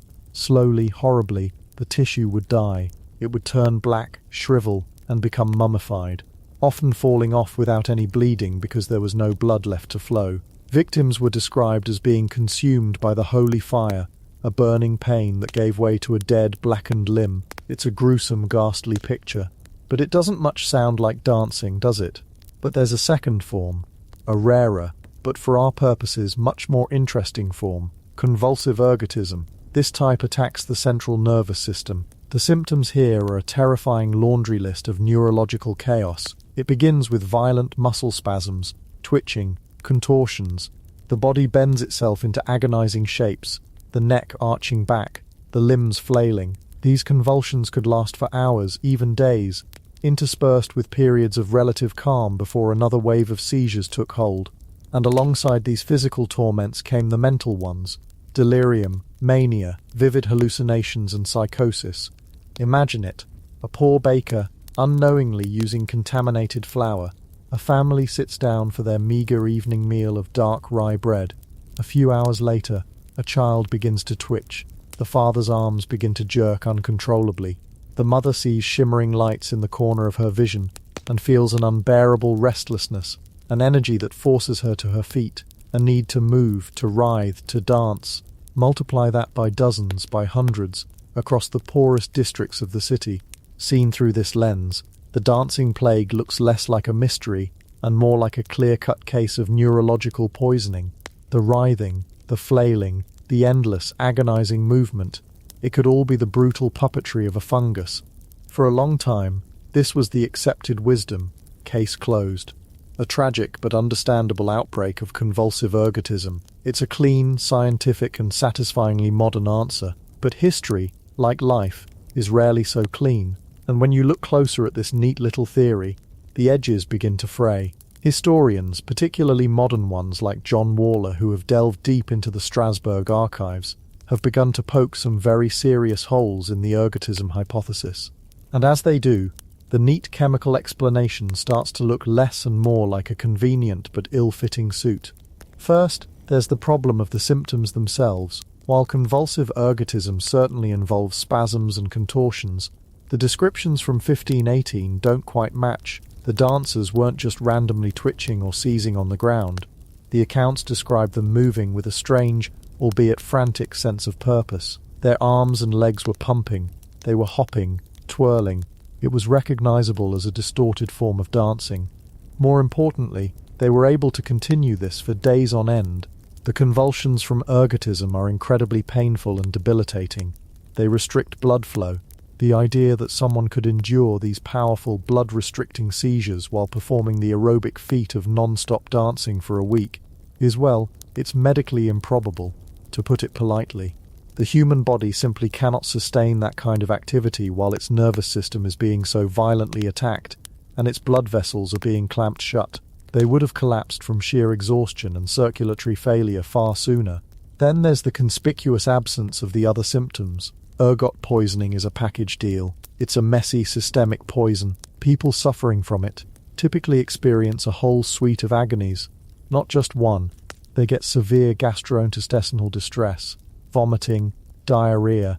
They get the gangrene. They get the horrible burning sensations. Yet in all the detailed contemporary accounts from Strasbourg, from the city council records to the chronicles of men like Sebastian Brandt and Paracelsus, there is no mention of these other classic symptoms.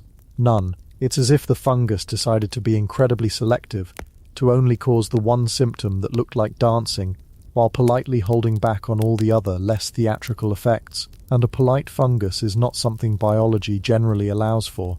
There's also the matter of scale and timing.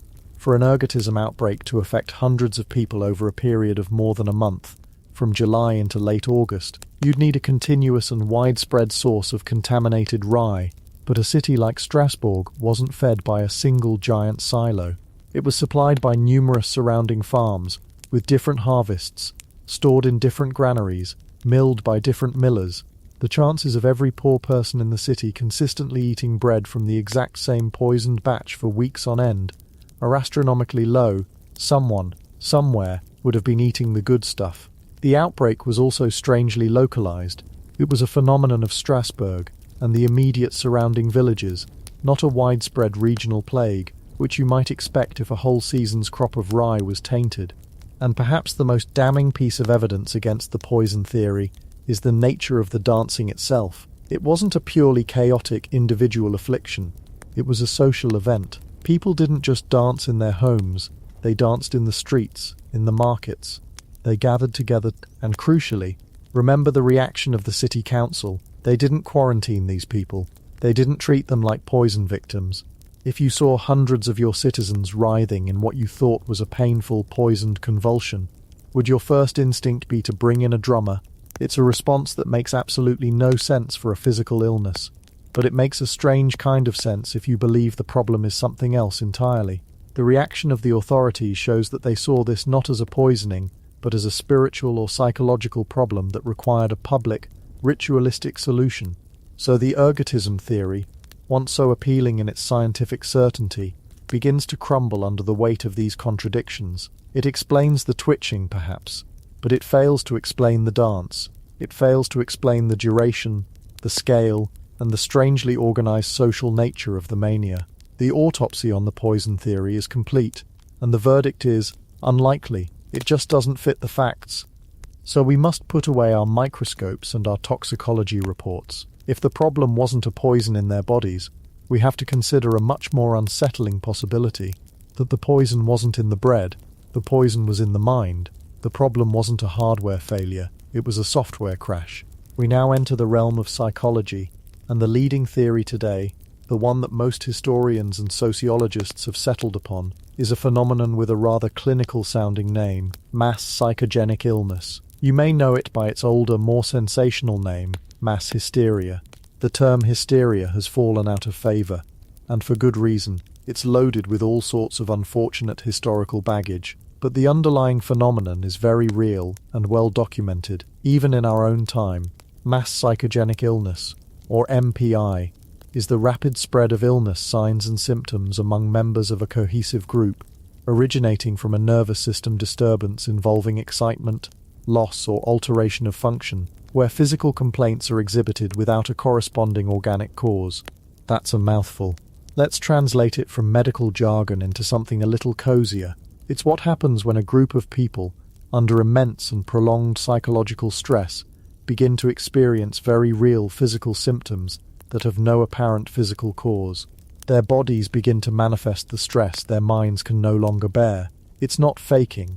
It's not a joke. The pain is real. The convulsions are real. The sickness is real. But its origin is in the psyche. It's the placebo effect's dark and powerful twin, the nocebo effect. The belief that you are sick can, under the right circumstances, actually make you sick. It's a kind of social contagion, but instead of a virus or a bacteria hopping from person to person, what's being transmitted is a belief, a fear, a behavior. One person, in a state of extreme distress, begins to exhibit a dramatic symptom. Others who are in a similar state of distress, and who witness this first person, begin to unconsciously adopt the same symptoms. Their brains, primed by stress and suggestion, see this behavior and essentially say, "Ah yes, that is what we are doing now. That is how we express this unbearable feeling." And a strange, unthinking consensus is reached. The behavior spreads like a rumor, but a rumor that is acted out by the body itself. For this to happen, you need a very specific set of ingredients. You can't just have a mass psychogenic event break out in a calm, happy, well-fed population. You need a pressure cooker. You need a society that is already simmering with anxiety, fear, and a sense of utter powerlessness. And if you're looking for a historical pressure cooker, it's hard to imagine a more perfect example than Strasbourg in the year of our Lord 1518. Let's step back from the dancing for a moment and just feel what it was like to be alive, to be poor, in that city, at that time. we need to understand the profound, bone-deep stress these people were living with every single day. This wasn't the kind of stress you get from a looming deadline or being stuck in traffic. This was the existential, soul-crushing stress of constant grinding survival against impossible odds. First, there was famine. A series of brutal winters and failed harvests had left the region destitute. Grain prices had skyrocketed. The poor, who were already living hand-to-mouth, were now starving. Not just hungry, but starving. Chronic malnutrition was rampant. This is a physical stress, yes, but it's an equally profound psychological one. It creates a constant, gnawing anxiety, a desperation that colors every waking moment. Every crust of bread is a victory, every empty pantry a looming catastrophe. On top of this hunger came disease. The city was a filthy, crowded place, a perfect incubator for sickness. The Black Death, the Great Plague, was not a distant memory. It was a recurring terror. It had swept through just a few years earlier, and the fear of its return was a constant low hum in the background of life. But there were newer, more frightening sicknesses as well. Syphilis, a new and horrifying disease, was rampaging through Europe, causing gruesome sores, madness and death. Leprosy was still a common and terrifying affliction, rendering its victims social outcasts. Smallpox, typhus, dysentery. The list of ways your body could betray you and kill you was long and varied. Every fever, every cough, could be the beginning of the end. You lived with death as a constant, familiar neighbor. And then, layered over the hunger and the disease, was a spiritual terror that is almost impossible for us in our secular age to fully comprehend. This was a world soaked in faith. God and the devil, saints and demons, were not abstract concepts. They were active, powerful forces that intervened directly in daily life. Your crop failed, God was punishing you for your sins. Your child fell sick, a demon had taken hold, or you had offended a powerful saint. The world was a stage for a constant cosmic battle between good and evil, and your soul was the prize. This religious fervour was at a fever pitch in the early 16th century. Just a year before, in 1517, a German monk named Martin Luther had nailed his 95 theses to a church door, planting the seeds of the Protestant Reformation. The spiritual foundations of their world were beginning to crack. An intense, almost frantic piety took hold. People were obsessed with sin, with penance, with the prospect of eternal damnation. Preachers filled their heads with terrifying images of hellfire and divine wrath. There was a sense of apocalyptic dread in the air, a feeling that the world was corrupt and that God's judgment was imminent. And within this complex belief system, there was a very specific figure who is absolutely central to our story, Saint Vitus. Saint Vitus was a Christian martyr from the 4th century, and for reasons that are somewhat obscure, he had become the patron saint to call upon for protection against epilepsy, neurological disorders, and chorea, the medical term for an involuntary dancing-like movement. He was the one who could both inflict and cure these kinds of afflictions. It was widely believed that if you angered Saint Vitus, he could punish you by striking you down with an uncontrollable urge to dance. The Saint Vitus's dance was a known, if rare, spiritual malady. The concept already existed. The script was already written. So let's tally it up. You have a population that is starving, sick, and terrified of both earthly disease and eternal damnation. They feel utterly powerless. They can't control the harvests. They can't stop the plagues. And they live in constant fear of offending an unpredictable God. Their world is a tinderbox of anxiety, just waiting for a spark. That spark, as we know, was a woman named Frau Troffea. We don't know what private grief or terror pushed her over the edge, but in the middle of July, she stepped out of her house and into the street and began to dance. And this is where the theory of mass psychogenic illness really clicks into place. Imagine being one of her neighbours. You are just as hungry, just as scared, just as pious as she is. You see this woman in a state of extreme distress, acting out a behaviour that you have been taught your whole life is a possible, even expected form of divine punishment or spiritual affliction. You see her, and on an unconscious level, a part of your overwrought brain recognises her state. It empathises, and the suggestion is planted. Her dance provided an outlet, a dramatic, public, and within their belief system culturally acceptable way to express an unbearable level of inner turmoil. For the others who joined in, It wasn't a conscious decision, it was a dissociative state, a trance. Their minds, unable to cope with the relentless stress, essentially checked out and let the body follow a pre-written cultural script. The dance was a physical manifestation of a psychological scream. It's a phenomenon we still see today, though usually in less dramatic forms. Think of the mysterious case of the twitching schoolgirls in Leroy, New York, in 2011, where a dozen teenagers developed Tourette's-like symptoms that baffled doctors until it was identified as a conversion disorder, a form of MPI, or the Tanganyika laughter epidemic of 1962, where uncontrollable laughter spread through a school and surrounding villages, affecting nearly 1,000 people and lasting for months. In all these cases, you find a cohesive group under a specific form of stress, a patient zero who exhibits a novel symptom, and a rapid, unthinking spread of that symptom through the group. What turned Strasbourg's small spark into a raging inferno was the reaction of the authorities, the guild leaders and city councillors, operating entirely within their 16th century understanding of the world, profoundly misunderstood what they were seeing. They consulted the physicians who diagnosed it not as a curse but as a physical ailment caused by hot blood. Their prescription was, from our modern perspective, catastrophically wrong-headed. They decided the dancers needed to sweat the fever out. They needed to dance until they collapsed. So they cleared open spaces in the markets. They erected a wooden stage in the grain market. And most famously, they hired pipers and drummers to provide a constant beat, to encourage the dancers and keep them moving. They took what was a spontaneous outbreak of psychological distress, and they legitimized it. They gave it a stage, a soundtrack, and a social sanction.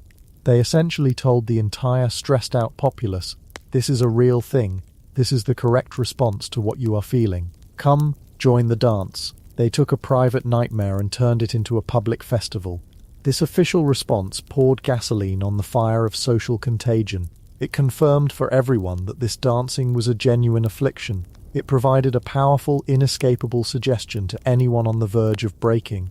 The constant music, the sight of hundreds of people writhing on a public stage, it would have been an overwhelming sensory experience, hypnotic and terrifying. For someone whose mind was already teetering on the edge, the pull to join in, to surrender their individual will to the frantic energy of the crowd, must have been immense. They were not just individuals anymore, they were part of a collective body, a single organism convulsing in the streets of the city. The dancing offered a strange kind of release, in a world where they had no control over anything, not their food, not their health, not their salvation. This trance state offered a kind of liberation. It was a way to abdicate responsibility, to let go of the crushing weight of their individual consciousness and be swept up in something bigger, something communal. They were no longer starving, terrified peasants. They were the dancers. They had a purpose, a role in this bizarre public drama. So when we perform our modern autopsy, this is what we find. Ergotism, the poison theory, is a red herring. It's a neat, simple answer for a problem that was anything but simple. The true cause of the mania appears to be far more complex and far more human. It was a perfect storm of social, psychological, and spiritual pressures. The illness wasn't in the rye, it was in the society itself. Strasbourg in 1518 was a sick city, and the dancing was its fever, a desperate, convulsive, and ultimately tragic attempt to sweat out a poison that couldn't be seen or touched. These were not foolish, superstitious people. They were people like us, made of the same stuff, but they were pushed to a limit that we can barely imagine. Their minds, strained to the breaking point by a world of pain and fear, found a strange communal way to shatter. The dancing wasn't madness in the way we might think of it. It was a symptom, a desperate physical language for a suffering that had no words. It was the last resort of a psyche under siege. The questions may have lingered for centuries, but as we slowly, carefully piece together the psychological fragments, the faint phantom echoes of those musicians' pipes begin to resolve into a song we can almost understand. It is a song of fear, of stress, and of the incredible, terrifying power of the human mind to reshape its own reality. Chapter 7. Echoes of Hysteria, the plague in the context of other mania. And that, perhaps, is the key, the incredible, terrifying power of the human mind to reshape its own reality. It's a power we all possess, tucked away behind our daily routines and our sensible plans. We rarely see it in its raw, unfiltered form, but in Strasbourg in 1518, the veil was torn away. Yet, that tear in the fabric of reality was not a singular event. It wasn't the first time the music had started, and it certainly wouldn't be the last. The Dancing Plague of 1518 wasn't a premiere. It was simply the most famous, the best documented performance in a long and unsettling tour that had been winding its way through the heart of Europe for centuries. To truly understand Frau Troffea and her exhausted, unwilling companions, we have to zoom out, not just from the city of Strasbourg, but from the year 1518 itself. We have to see it for what it was, the loudest echo of a much older and more persistent phantom. Let's drift back further, leaving the crowded, frantic streets of 16th century Strasbourg behind us. Let the noise of the guild halls and the frantic pronouncements of the city council fade into a low hum. We're going back more than a century, to the year 1374. The setting is familiar, a landscape of fear and uncertainty. The Black Death, though its first and most devastating wave had passed, was not a distant memory. It was a recurring nightmare, a monster that periodically crept back out of the shadows to snatch away children, parents and neighbours. It left behind not just grief, but a profound and lasting sense of cosmic instability. The world felt broken, unmoored from its divine plan, and into this fractured world, the dancing began again.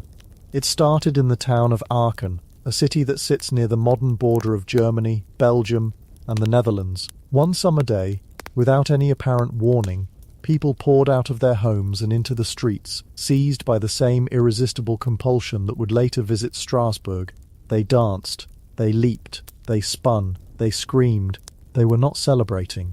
Contemporary chroniclers, men like Peter of Herentals, describe the scene with a kind of horrified awe. He tells us they danced for hours, for days, their faces contorted in agony, their bodies slick with sweat. They called out names of saints, but they also shrieked that they were being tormented by demons, that they saw visions of fire and blood. And this was not a localized phenomenon, it was contagious. From Aachen, the mania spread like a fever along the well-trodden trade routes of the Rhine and Moselle rivers. It swept through Cologne, Metz and Trier. It crossed into what is now Belgium and Luxembourg. Entire villages were caught in its grip. Unlike the more contained outbreak in Strasbourg, this was a wildfire.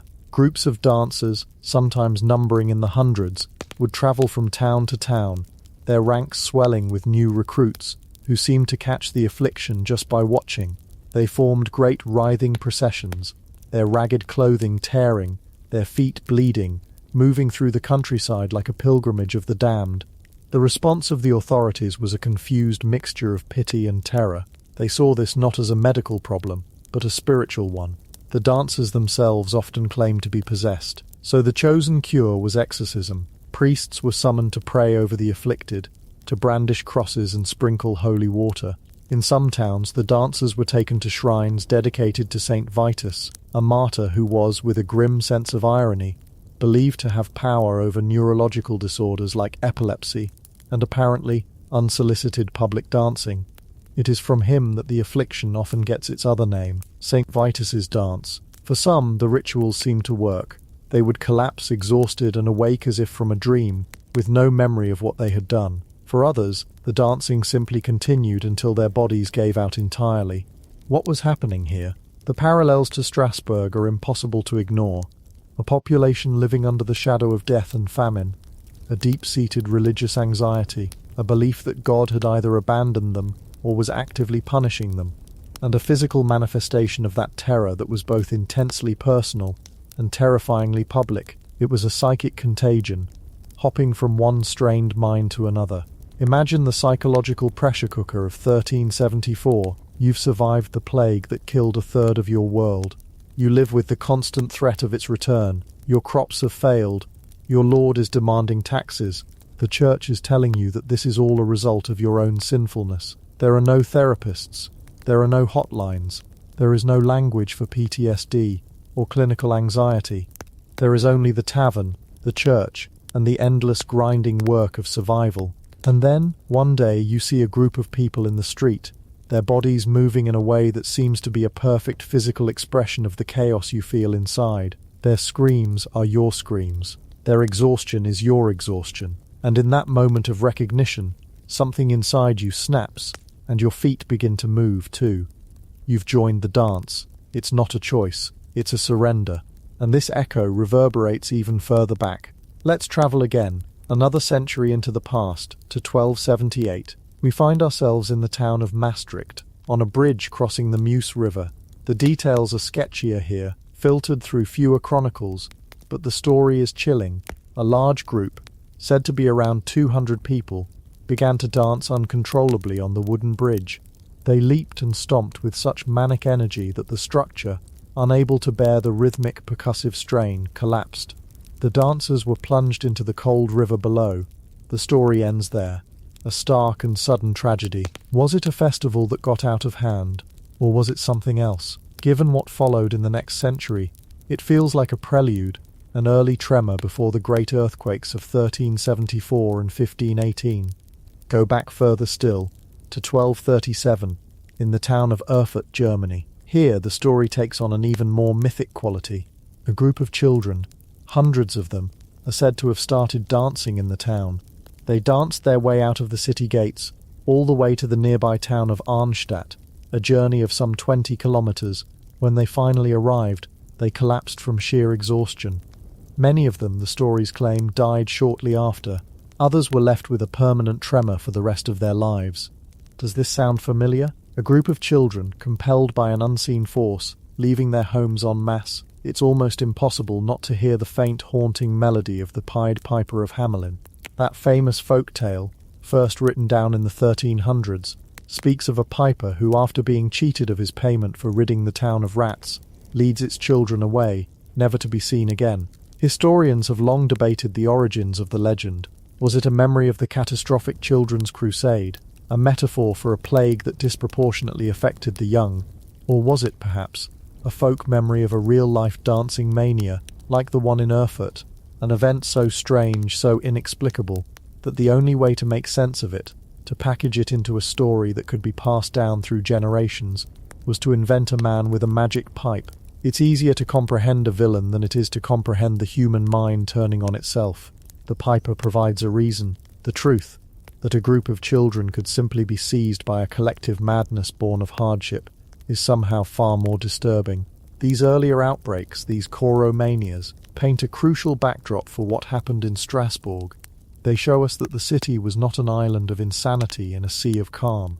It was instead a place where a long smouldering fire of human misery simply flared up with unusual brightness. The fuel was always the same: poverty, disease, social upheaval, and a pervasive, suffocating fear. The spark could be anything, and the resulting fire always took the form of a strange, compulsive physical act. The body became a theatre for a drama the mind could no longer contain. But the stage for this drama was not always a city street. Sometimes it was a place designed for the utmost quiet, contemplation and order. Let's leave the dusty roads and crowded town squares and slip into the cool, silent corridors of a medieval convent.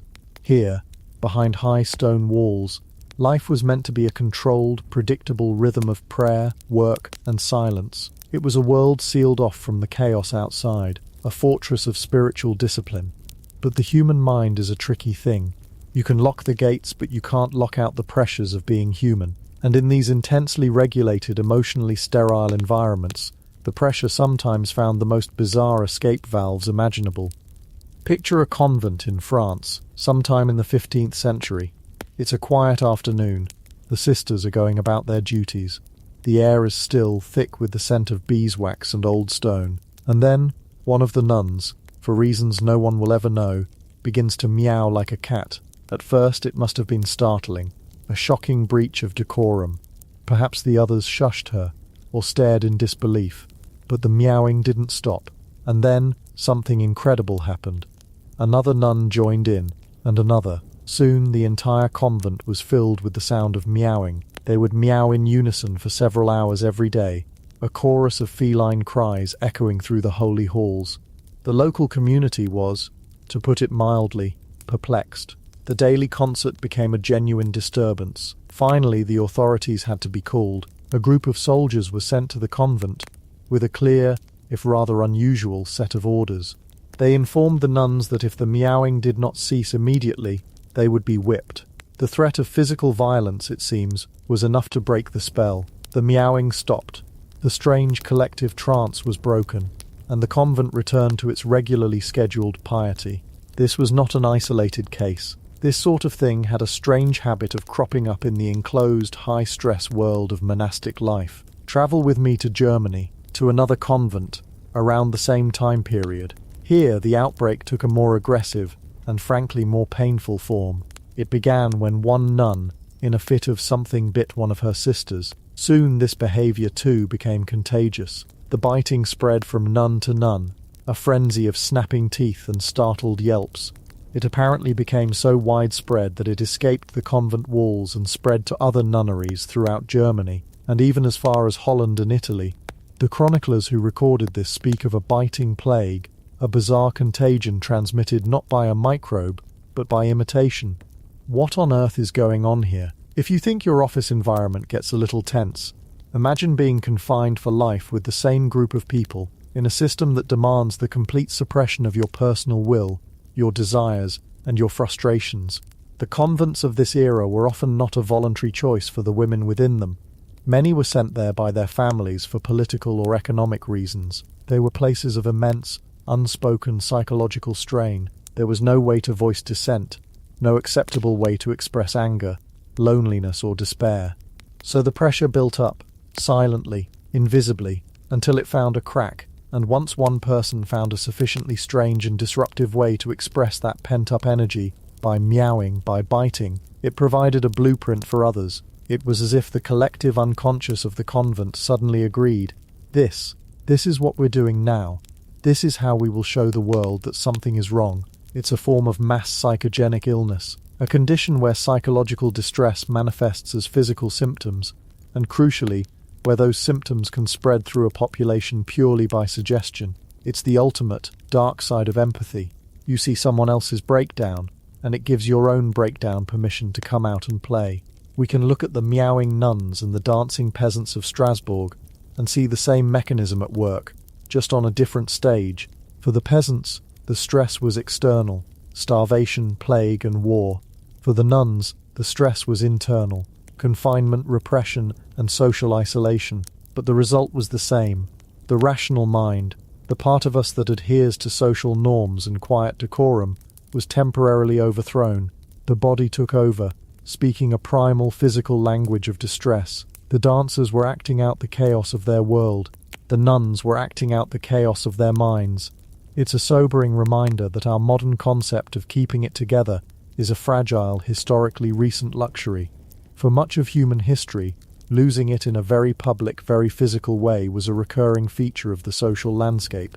It's tempting, of course, to file these stories away under the heading of weird medieval stuff, to imagine that we, with our scientific understanding, our psychiatry, and our endless streaming services to distract us, are somehow immune to such things. We've moved past it, we've evolved, but the human brain hasn't changed all that much in 500 years. The same wiring that allowed a dancing mania to sweep the Rhine Valley is still nestled inside our own skulls, and sometimes, even in the modern world, the echoes of this old, strange music can still be heard. To find our final echo, we have to travel far from medieval Europe, both in time and in space. Let's drift forward through the centuries of Renaissance, Enlightenment, and Industrial Revolution. Let the world change around us. The stone castles become steel skyscrapers. The horse-drawn carts become automobiles. We're going all the way to 1962.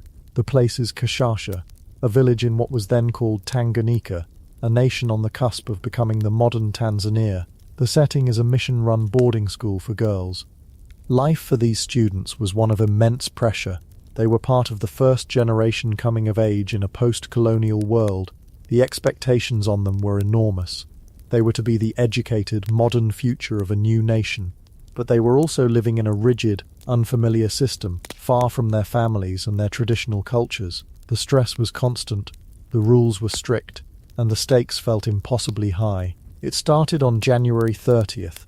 It began, innocently enough, with a joke. 3 of the schoolgirls started laughing, and they couldn't stop. This wasn't the pleasant, joyful laughter of friends sharing a moment of levity. This was different.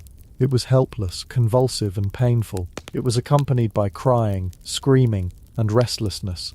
The teachers tried to restore order, but it was no use. The laughter was contagious, like a spark in a dry field. It spread from the first 3 girls to their classmates. Within a few weeks, 95 of the school's 159 pupils, all between the ages of 12 and 18, were afflicted. They were laughing and crying for periods ranging from a few hours to over 2 weeks. The school became unmanageable. The epidemic of laughter made teaching impossible. In March, less than 2 months after it began, the school was forced to close its doors and send the students home. But sending them home didn't stop the epidemic. It just spread it. When the afflicted girls returned to their home villages, the laughing sickness spread to their families and neighbours. It hopped to a nearby village, Nashamba, where over 200 more people were afflicted. It spread to other schools, which also had to be shut down. The whole region was gripped by this bizarre phenomenon. People would be going about their day, and then suddenly be seized by these fits of uncontrollable, agonizing laughter and crying. Doctors were baffled. They ran tests. They found no toxins, no viruses, no underlying physical cause. They could offer no cure. The Tanganyika laughter epidemic lasted for over a year. It rippled through a dozen villages, affecting more than 1,000 people, and forcing the closure of 14 different schools. Then, as mysteriously as it began, it faded away. Let's pause on that for a moment. An epidemic of laughter. It sounds almost whimsical, like something out of a children's story, but the reality was anything but. The people experiencing it were in genuine distress. They reported pain, fainting, respiratory problems, rashes, and overwhelming fatigue. It was a mass psychogenic illness, a textbook case, happening not in the superstitious Dark Ages, but in the bright modern light of the 20th century. It was the same pattern we saw in Strasbourg, in Aachen, and in the convents, a community under a specific and intense form of psychological stress, a sudden bizarre physical outbreak in one or a few individuals, and a rapid, non-biological spread of those symptoms to others in the same community. The trigger wasn't ergot poisoning or a belief in demonic possession. The trigger was the immense, unspoken anxiety of young women caught between two worlds, facing the crushing weight of their country's future. The laughter wasn't an expression of joy. It was the sound of a psychic dam breaking. By placing these events side by side, the dancers of Strasbourg, the shriekers of the Rhine, the meowing nuns, the laughing schoolgirls of Tanganyika, the picture becomes clearer. The dancing plague of 1518 ceases to be a bizarre one-off freak show. It becomes a single, well-documented data point in a vast, unsettling graph of human history. A graph that plots the relationship between societal pressure and psychological release. These outbreaks are a kind of social fever, a moment when the hidden illnesses of a community, its fears, its anxieties, its repressions become suddenly and dramatically visible. They are a testament to the fact that stress is not just a feeling, it's a force powerful enough to make people dance until their feet bleed, bite their neighbors, or laugh until they collapse. And they demonstrate the profound, almost mystical power of suggestion and social contagion. We like to think of ourselves as sovereign individuals, masters of our own minds and bodies, but these stories show us how permeable we are, how easily an idea, a behavior, a feeling can pass from one person to another, bypassing our rational defenses entirely. We are all connected by invisible threads of shared emotion and psychology. Most of the time, those threads help us build societies and show empathy. But sometimes, when the tension on those threads becomes too great, they can transmit not comfort, but madness. So the story of Frau Troffea is not just the story of one woman in one city in 1 year. It is the story of all of us, at our most vulnerable. It is a story about what happens when the pressure gets too high, and the normal ways of coping are no longer enough. It's a cautionary tale. Written across centuries in the language of twitching limbs and manic laughter, it reminds us that the line between order and chaos, between the sane world and the dancing plague, is perhaps much thinner than we'd like to believe. The stage is different now, the costumes have changed, and the music is new. But the dancers are still us, and deep down in the quietest parts of our minds, The phantom piper still waits, ready to play a tune we don't know we know, for a dance we don't know we are capable of. It's a good thing, then, to be lying here, in the quiet and the dark, in a world where for now the only rhythm is the soft and steady beat of your own breathing, a world where the music has finally, blessedly stopped.